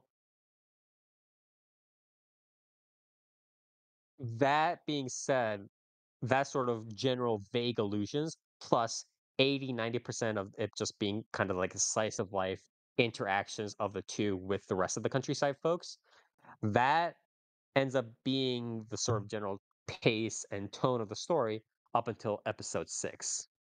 And what I'm thinking at that point is, okay, you have 13 episodes and you only really started going into the deep end in episode 6. So is this a series is this a series that just simply doesn't have that much material and it's just a very kind of a slightly lighter novel or visual novel where most of it's based around just wow, we're just looking out at the sea. Wow, we're just interacting with the good countryside folks, and then you have a little bit of catharsis with the robot and the boy and the girl. Is that sort of how it is, where it's a much lighter series again, like Konohasuta's previous visual novels, or is it a potentially concerning problem with the storyboarding and the series composition slash script because of the nature of the visual novel versus the nature of the 13 episode anime season. So I'm getting a little bit worried about that sort of pacing again because it's been 5 episodes of wow, they they messed around with batteries or they found batteries under sea or like they're generating electricity or stuff like that, and that's been 5 episodes of that with again vague illusions of Audrey might be a really advanced robot, very elementary stuff like that where they're not really doing a lot of exposition. And so because of that slow pace I've been a little bit worried. I think I am going to ultimately trust in Kato Makoto, director Kato Makoto, as well as a scriptwriter Hanazuki team to try and properly stretch and knead the original story into something suitable for 13 episodes. So what I'm saying is I think this is more of the original story just being that lighter and slow paced. But if that doesn't work out and the pace kind of falls by the roadside and, the revelations suddenly all compiling in the last 2 episodes and then suddenly the cathartic final fight resolution just happens in one episode and boom, it's done. I'm probably going to, I don't know, it just seems a little bit weird pace. And if it all ends up fine, despite the slow pacing, then that's probably just, again, how the visual novel is written out.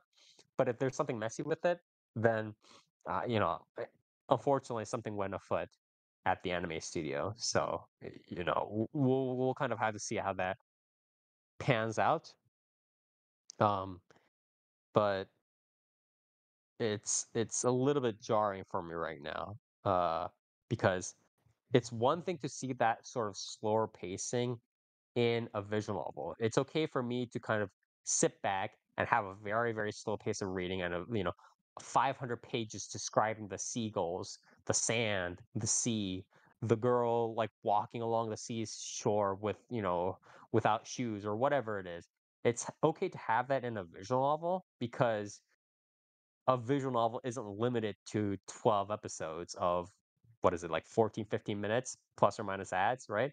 Or 18 minutes plus or minus ads or whatever it is, right?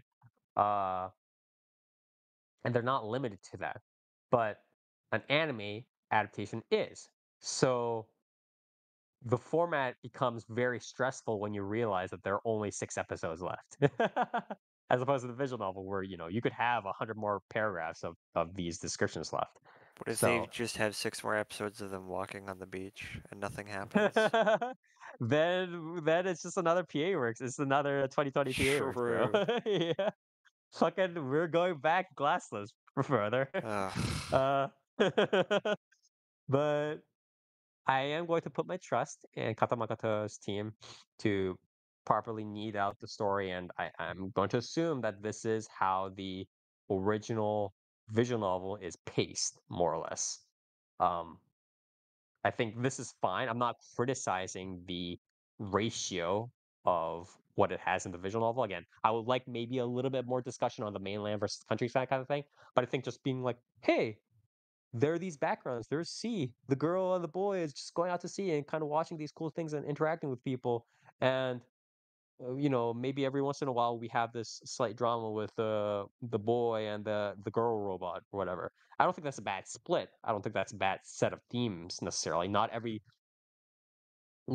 series like this needs to be like Gargantua, where at the end it's like, oh, grim reality of authoritarianism versus freedom, blah blah blah blah. Like it doesn't need to be a fucking you know what I mean? Again, Urumuchi kind of skit Yeah. going on here. Yeah. So I'm okay with the split. I'm okay with the steaming. I'm just hoping that the pace works out. I just hope to Jesus that the pacing works out in 13 episodes because it's been slow as a slug for 6 episodes, and that's that's half a series. And that also this alongside the one of the comments that somebody left in Senpai wa Otokonoko, which I also reviewed last time, or 2 episodes ago, which was somebody commented after reading the manga, the way the anime is executed doesn't hit as hard for me. And while I've already kind of mentioned my thoughts on why the manga might be a little bit kind of demurred in terms of like storytelling, I think the anime certainly doesn't help bring out the manga strengths due to again the way it has to pace itself through the standard entrenched 12 episode, 13 episode, 11 episode plus OVA kind of anime season. So I've always kind of railed against these standard formats. Understand why they exist. Believe me, I understand why they exist. I just don't I do but I do think it's a very big um hurdle in terms of creativity because authors write different lengths of stories and not every story can be stuffed into a 12 properly into 12 Bring episode back anime. 53 episode mecha Yeah, series. bring back like 32 episodes, and you're like, I don't know when this ends. It's just like randomly, it's like 18 episodes or whatever. Yeah, But I 32 mean, episodes and it's like, two net OVAs and a yeah, movie, and that's yeah, it. That's all you need, man. yeah, yeah. And then like you have stuff like Kiss Sis, where it ended up being like you had the initial season, and then you also had 11 OVAs or something like that Yeah. next to the initial season. You're like, why? But I mean, you could even just see that sort of effect on other authors that we've talked about, right? I think the most famous is Okada Marie, right? Okada Marie, I think again, um, it was something like, I think she was the series composition slash not director, series composition slash like storyboarder, scripter, whatever for Hanasaka Iroha, right? Hanaido, Yeah. which was 26 episodes, and I consider that one of my favorite series of all time in terms of just how that panned out. Compare that to something like Anohana, which I criticized pretty severely. That was 11 episodes. I firmly believe that Okada Mori probably could have done a much better job if she had at least gotten a couple more episodes. But it's like, it was also very rare at that time because at that time, I don't think there was I think that was like one of the only series that just had randomly 11 episodes at the time, and Yeah. that was very weird. Yeah. There I mean, were like a bunch of series I that had think like 13 episodes, stuff like that, but not during 11. that era, I think there were still kind of a couple of Yeah, series that it's were like, yeah, we'll do like 10 episodes, or yeah. we'll do like, I don't know, 15, and 14. it's like, Yeah, what? exactly. Like, what? Okay. Yeah.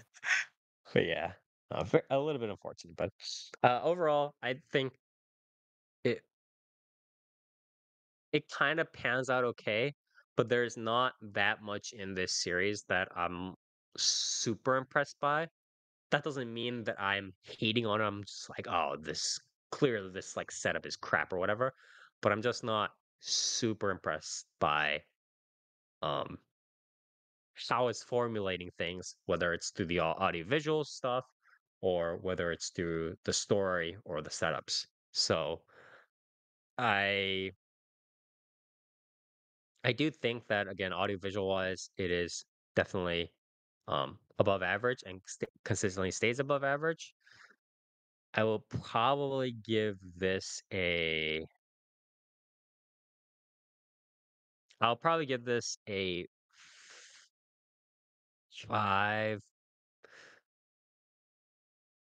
No, I would give this a 6. I think it would be a little bit weird for me to give it a lower score than Makiine. Makiine, I think, especially after I compared Makiine to something like Oregairu, and I was like, fucking whatever. Although I didn't really hate Makiine either, and I gave Makiine a 6 out of 10. In a similar vein, it is average with slightly above average average story with slightly above average audio visuals, and I'll give this also a 6 out of 10. So, um, if you want to see a variant of the Front Wing visual novels that's not Versailles or that's not something like Yukikoi Melt, something again a little bit along the lines of Island. I believe this person also wrote Ginka afterwards. Um, so he did Amido Islenauts. He did what is it? Konosora. He did Miyazora, stuff like that. So if you like those visual novels, I guess check this one out. But yeah, this is ATRI, My Dear Moments. Again, via an original by Front Wing, written by sort of one of their outside writer collaborations, and it got adapted into this anime adaptation by Troika. If you want a sort of lighter series based upon a visual adaptation, please do check this out.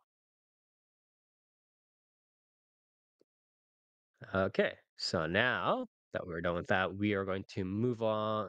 Look at a split to the news. We have a couple. We don't have that many pieces of news. We have like 2 pieces of news and like 1 person news, I guess. Again, along the lines of what you said before at the beginning of the podcast. But going over real quick, Shueisha. Oh no, oh, God, I forgot about this. Shueisha announced on Monday. Um, the start of the quote unquote Jump Next Generation Battle Manga Award, which is the one-time award that seeks Wow. the next era of battle manga for Shonen Jump. God damn it. The competition will accept entries from both professionals and amateurs from October 1st to January 20th. 4 Shonen Jump authors, the Bleach Tite Kubo of Bleach fame, Horikoshi Kohei of My Hero Academia fame, Tabata Yuki of Black Clover fame, and Akutami Gege of Jujutsu Kaisen fame will judge the contest. Horikoshi provided the illustration for the event, which features the protagonists of the judges series. The top 3 winners will get their works published in the digital version of Weekly Shonen Jump. The top 2 winners can earn a spot in the special Geeko magazine issue. The first place winner can also get the work published in the physical version of Weekly Shonen Jump. In addition, there are cash prizes of 1 million yen, 500,000 yen, and 300,000 yen for first, second, and third places. Published books of winners' books will receive recommendations by one of the 4 judges. Honorable mention winners will receive support from a judge. Results will be announced in late March in Weekly Shonen Jump. Again, yeah, like We need a new cash cow. we need a new, super viral manga right now. We need something that will outlast Attack on Titan by the next 500 years. We need a new One Piece. We need a 2-piece, okay? Like this is how bad it is. I mean, it's like the thing is the award is the competition itself is not a bad idea, but the issue is just like what are we you know what I mean? Like, what are we doing at this point? We're again, this is following along the same lines as what we criticize about previous things about the Tokyo metropolitan government trying to create a contest for the manga award. Uh, Yep. people, right? You're not creating a better environment for mangaka, for manga artists, and aspiring artists in the anime industry and so on, in the animation industry to work in, and thus naturally fostering better and better talent, right? No. You're just like, Just throw yeah, more meat into the grinder, dude. yeah, exactly.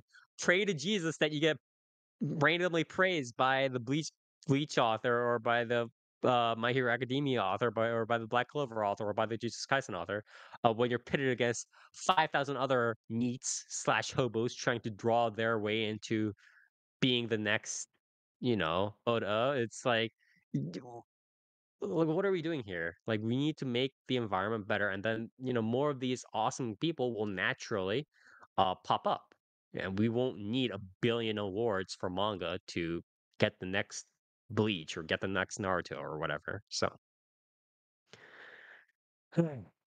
um, They just next gotta piece of start news. advertising Kagurabachi, dude. Yeah, that's true. Next piece of news. US-based independent comic book publisher Mad Cave Studios announced on Monday that it is launching the Nakama Press imprint, which will be quote unquote dedicated to publishing an array of manga, manhwa, which is supposed to be French like Yuck. drawings based on like manhwa, stuff like that, manga, and manhwa from around the world. The company is stated regarding the new imprint that it is, quote unquote, committed to becoming a cultural bridge between East and West, and that the imprint will be a mix of indie stories and partnerships with esteemed studios like Tatsunoko Production, Rainbow Group, and more. So, um, yes, so they're trying to get into the whole like publishing stuff. Blah blah blah blah. We'll see how it goes. Obviously, it's better to have more publishers than less, though, for sure. And before we finish up with the news, one piece of sad news, and this is along pretty much what, slightly repeating what Nier mentioned before at the beginning of the podcast. Voice actor Tanaka Hikaru announced on his Twitter account that his mother, voice actress Tanaka Atsuko, had passed away on Tuesday after 1 year of fighting an unspecified illness. She passed at the age of 61. So, uh, so Atsuko and Hikaru's mother-son relationship was never revealed in public, and Hikaru stated that it is with great regret that he is to reveal their relationship in this way. Hikaru also thanked Atsuko's fans who loved her and everyone in the industry who took care of her. So again, she was a very, very famous voice actress. She is best known as Kusanagi Motoko in the Ghost in the Shell franchise major, Kiyama Harumi in A Certain Scientific Railgun, Carmela in Fate Grand Carnival, and Caster in Fate Stay Night series, among others. Obviously, they did a bunch of other roles, Flam in Free Ren, Rose, like the Doctor, in The Wrong Way to Use Healing Magic, and yeah, and a lot of others. So again, um, condolences and to friends and family of hers, and again, very very fortunate. And again, I mentioned that Tanaka Atsuko was only 2 years older than some of these other very legendary voice actors, such as Inoue Kikuko, and it is very unfortunate to see them sort of age and potentially run up to similar hurdles as well. So yeah, Shit sucks, man. yeah. But yeah, that was the last piece of news. And with that, we are going to move on to the shout outs and call outs here.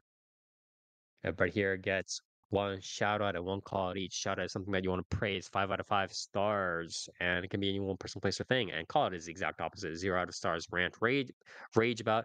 And again, it can be any one person, or place, or thing, starting with, again, Toast. Shout out, call, please.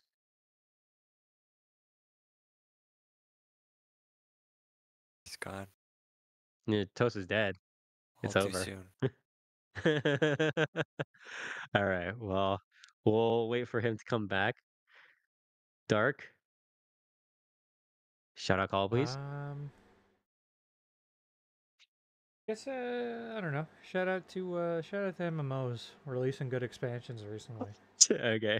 Okay. Well, that's better than Yeah. nothing, right? Yeah. Yeah. And then I guess for my call out, I mean, I have a spicy one. I'm not gonna fucking say, but here's a lukewarm one for you. Call out to uh, fucking bad updates in Helldivers 2. There you go. Would have been cool if they followed up their good update with another good update and not back Nope. to their old ways. Here we are.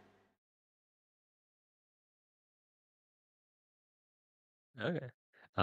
Thank you very much, Dark. What about you, Nier? I'm gonna shout out. I'll shout out Channing Tatum. He was really, really good in Deadpool. Like he was probably like he's kind of like stole the show. Yeah, that was a fun movie. As for callouts, I mean it's got to be the passing of Atsuko, right? Like that shit just it really fucking sucks, dude. I Mhm. I keep thinking about it because it's like, cause what was it like just recently? Like I feel like a couple weeks before this was even announced, right? I think Mhm. they said that there's a new season of um Wrong Way to Use Healing Magic coming out. Obviously, Yes. before that, there was a new Ghost in the Shell project announced, and Yes. now it's like what are those series gonna do? I don't know if maybe she already recorded her lines for Healing Yeah, Magic, but I a don't lot of these know. things are done years and years before. Like Yeah, because literally, I some series are remember. made like 5 years before in advance. Yeah, because I 5 years. remember Mhm. back when Miyumatsuki passed, right? Yes. Um, which was like that was like complete fucking that was like out of nowhere, right? Yeah. The Um, the issue is, it's like, I know I just said that, this is years and years ago. So for something like A Wrong Way to Use Healing Magic, it might be, the lines might still be in the books. But the issue is, if you have much larger continuing franchises, Miyumatsuki being part of Type Moon, yeah, like universe, uh, obviously, Tanaka being part of the entire Ghost in the Shell kind of franchise, and that's continually going to get shit anyways. And that's going to cause problems yeah. But I in the company, remember obviously. I remember when Yeah. Miyumatsuki passed, it was like she passed, right? And then it was Mm, like almost a year later, Persona 5 came out, yeah. right? And she was in Mhm. Persona 5, and it was like hearing her voice in that was like, fuck, dude. Yeah, Like, it's like one of those videos that you see about where you have the AI generated like voice or whatever, the AI generated uh the grandmother who passed away, but then like they yeah, come yeah. back, or like the daughter, and like the family member kind of talks to that AI version.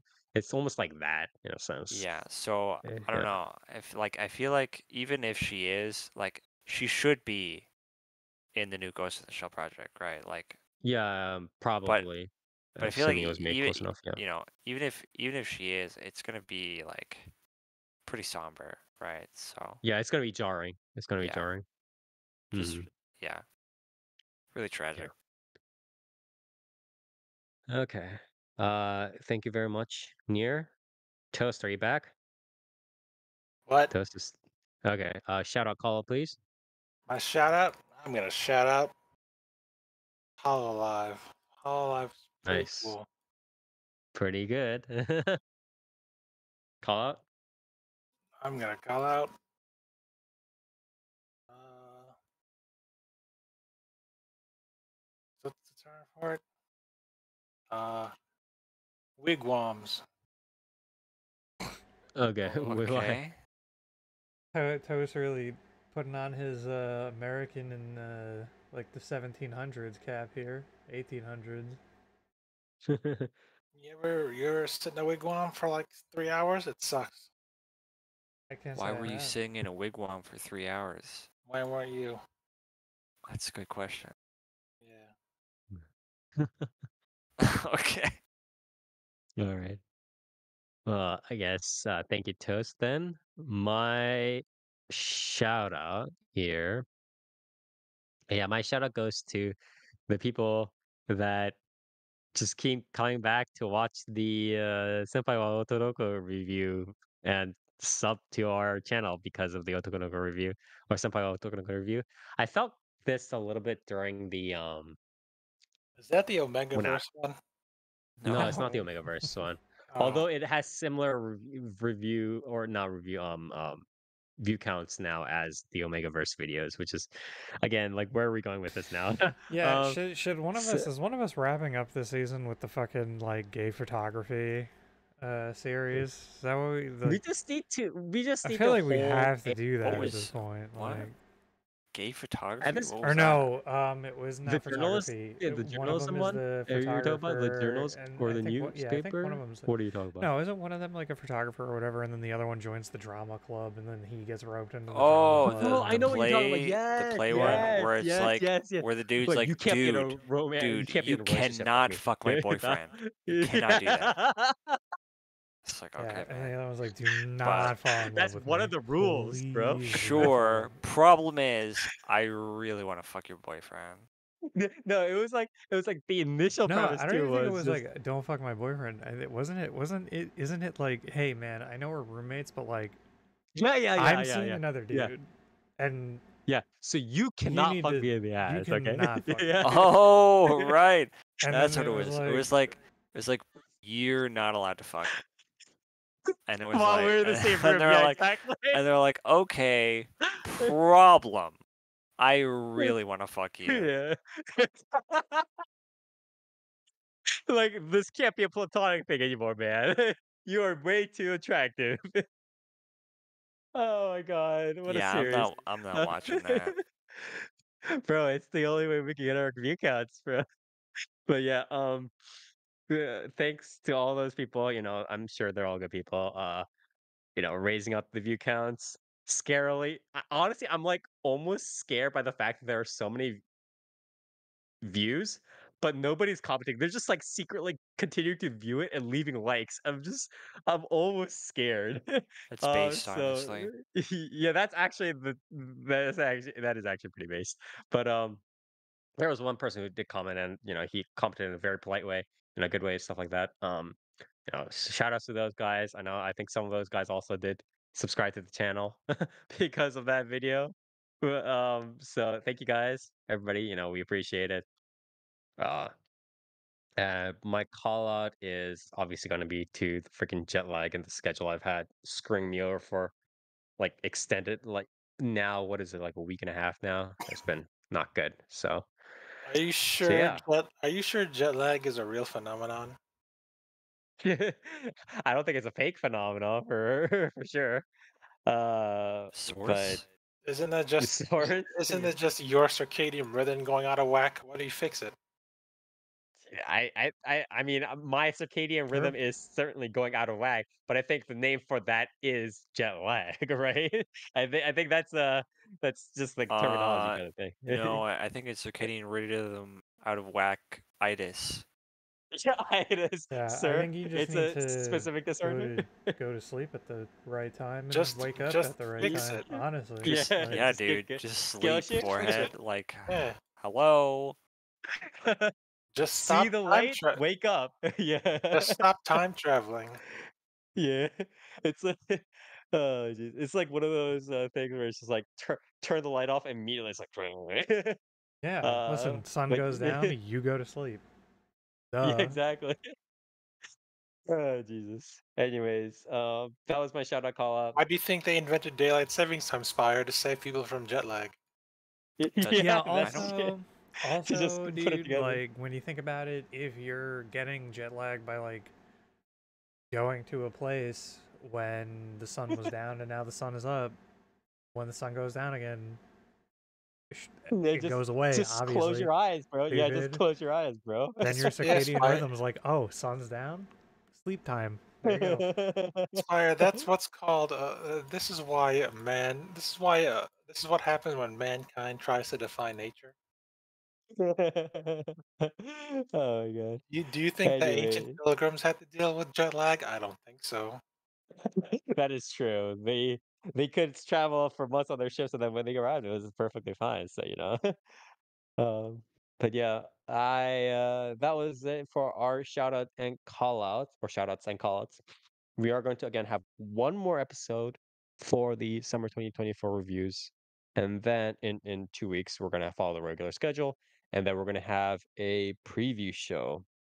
And that should cover it, right? Because we're on like episode 7 or something like that now. We'll be on episode 9s or 10s next episode. Yeah. And then have the preview show. So we should be right on target. So watch out for these. And for those of you who enjoy listening to this, we do our podcast every other Saturdays, starting from 10 p.m. Eastern Standard Time over at twitch.tv/4player Animecast, where we talk about the latest and greatest animation related media anime, light novels, web novels, visual novels, manga, so much more. So you can check out our highlighted clips and VODs, full VODs of the podcast recorded here, as well as on YouTube, whichever format you desire.